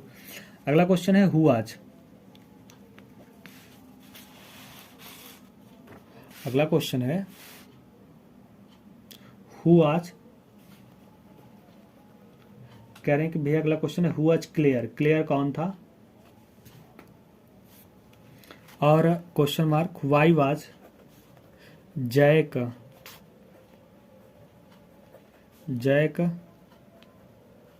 Worried about her. Who was Clare कौन था और जैक क्यों परेशान था। तो आपको पता है कि क्लेयर जैक की पत्नी थी, जो कि माँ थी, मतलब कि जैक की पत्नी थी तथा जो कि माँ थी। जैक को क्लेयर की इसलिए चिंता थी क्योंकि वह गर्भवती थी तथा कह रहे हैं कि कमरे के सामान खिसका रही थी। ठीक उसके नीचे जहाँ जैक बैठा था वह 6 महीने की गर्भवती थी, उसका तीसरा बच्चा, और उसके स्वास्थ्य के लिए कठिन परिश्रम करना उचित नहीं था। तो जैक इसीलिए चिंतित था कि उसकी जो पत्नी थी भैया वह क्या थी, प्रेग्नेंट थी 6 महीने की, और वह क्या कर रही थी, भारी भरकम सामानों को उठा रही थी, इसलिए उसे चिंतित था कहीं हमारी पत्नी को कुछ हो न जाए। ठीक है, वह क्या थी, पत्नी थी और एक माँ भी थी, जो उसके पेट में एक बच्चा था, वह प्रेग्नेंट थी। ठीक है, एक क्वेश्चन और है, इसी से हम बता देते हैं कि how was Clare busy. Clare busy कैसे था। फिर question mark, what did Jack want to do at last. भैया लास्ट में वो क्या करना चाहता था। ठीक है, तो कह रहे हैं क्लियर कौन था, क्लियर कहाँ व्यस्त था। तो क्लियर घर के सामानों को रंगने में व्यस्त था ना। आपने पढ़ा होगा कि जैक जो क्लियर जो थी, वह जो उसकी पत्नी जो क्लियर थी, वह घर के सामानों को क्या करती थी, रंगने में व्यस्त थी।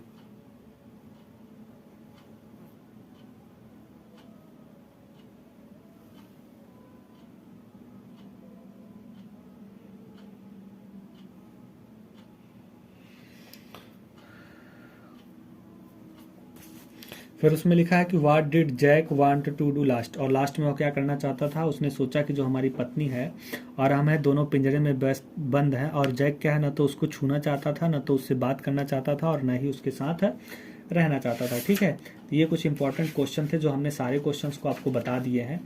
अब ये क्वेश्चंस बहुत ही इंपॉर्टेंट थे जो हमने बता दिए। अब क्या करोगे, ये इंपॉर्टेंट क्वेश्चन को आपको क्या करना है, पढ़ना है। ठीक है, क्या करना है, इन सब सारे इंपॉर्टेंट क्वेश्चन को आपको पढ़ना है। पढ़ने के साथ साथ आपको बैठ करके कुछ एक्सरसाइज और कुछ एक्स्ट्रा क्वेश्चंस, ऐसे नहीं है कि हमने इतना ही बता दिया तो आपको इतना ही पढ़ना है।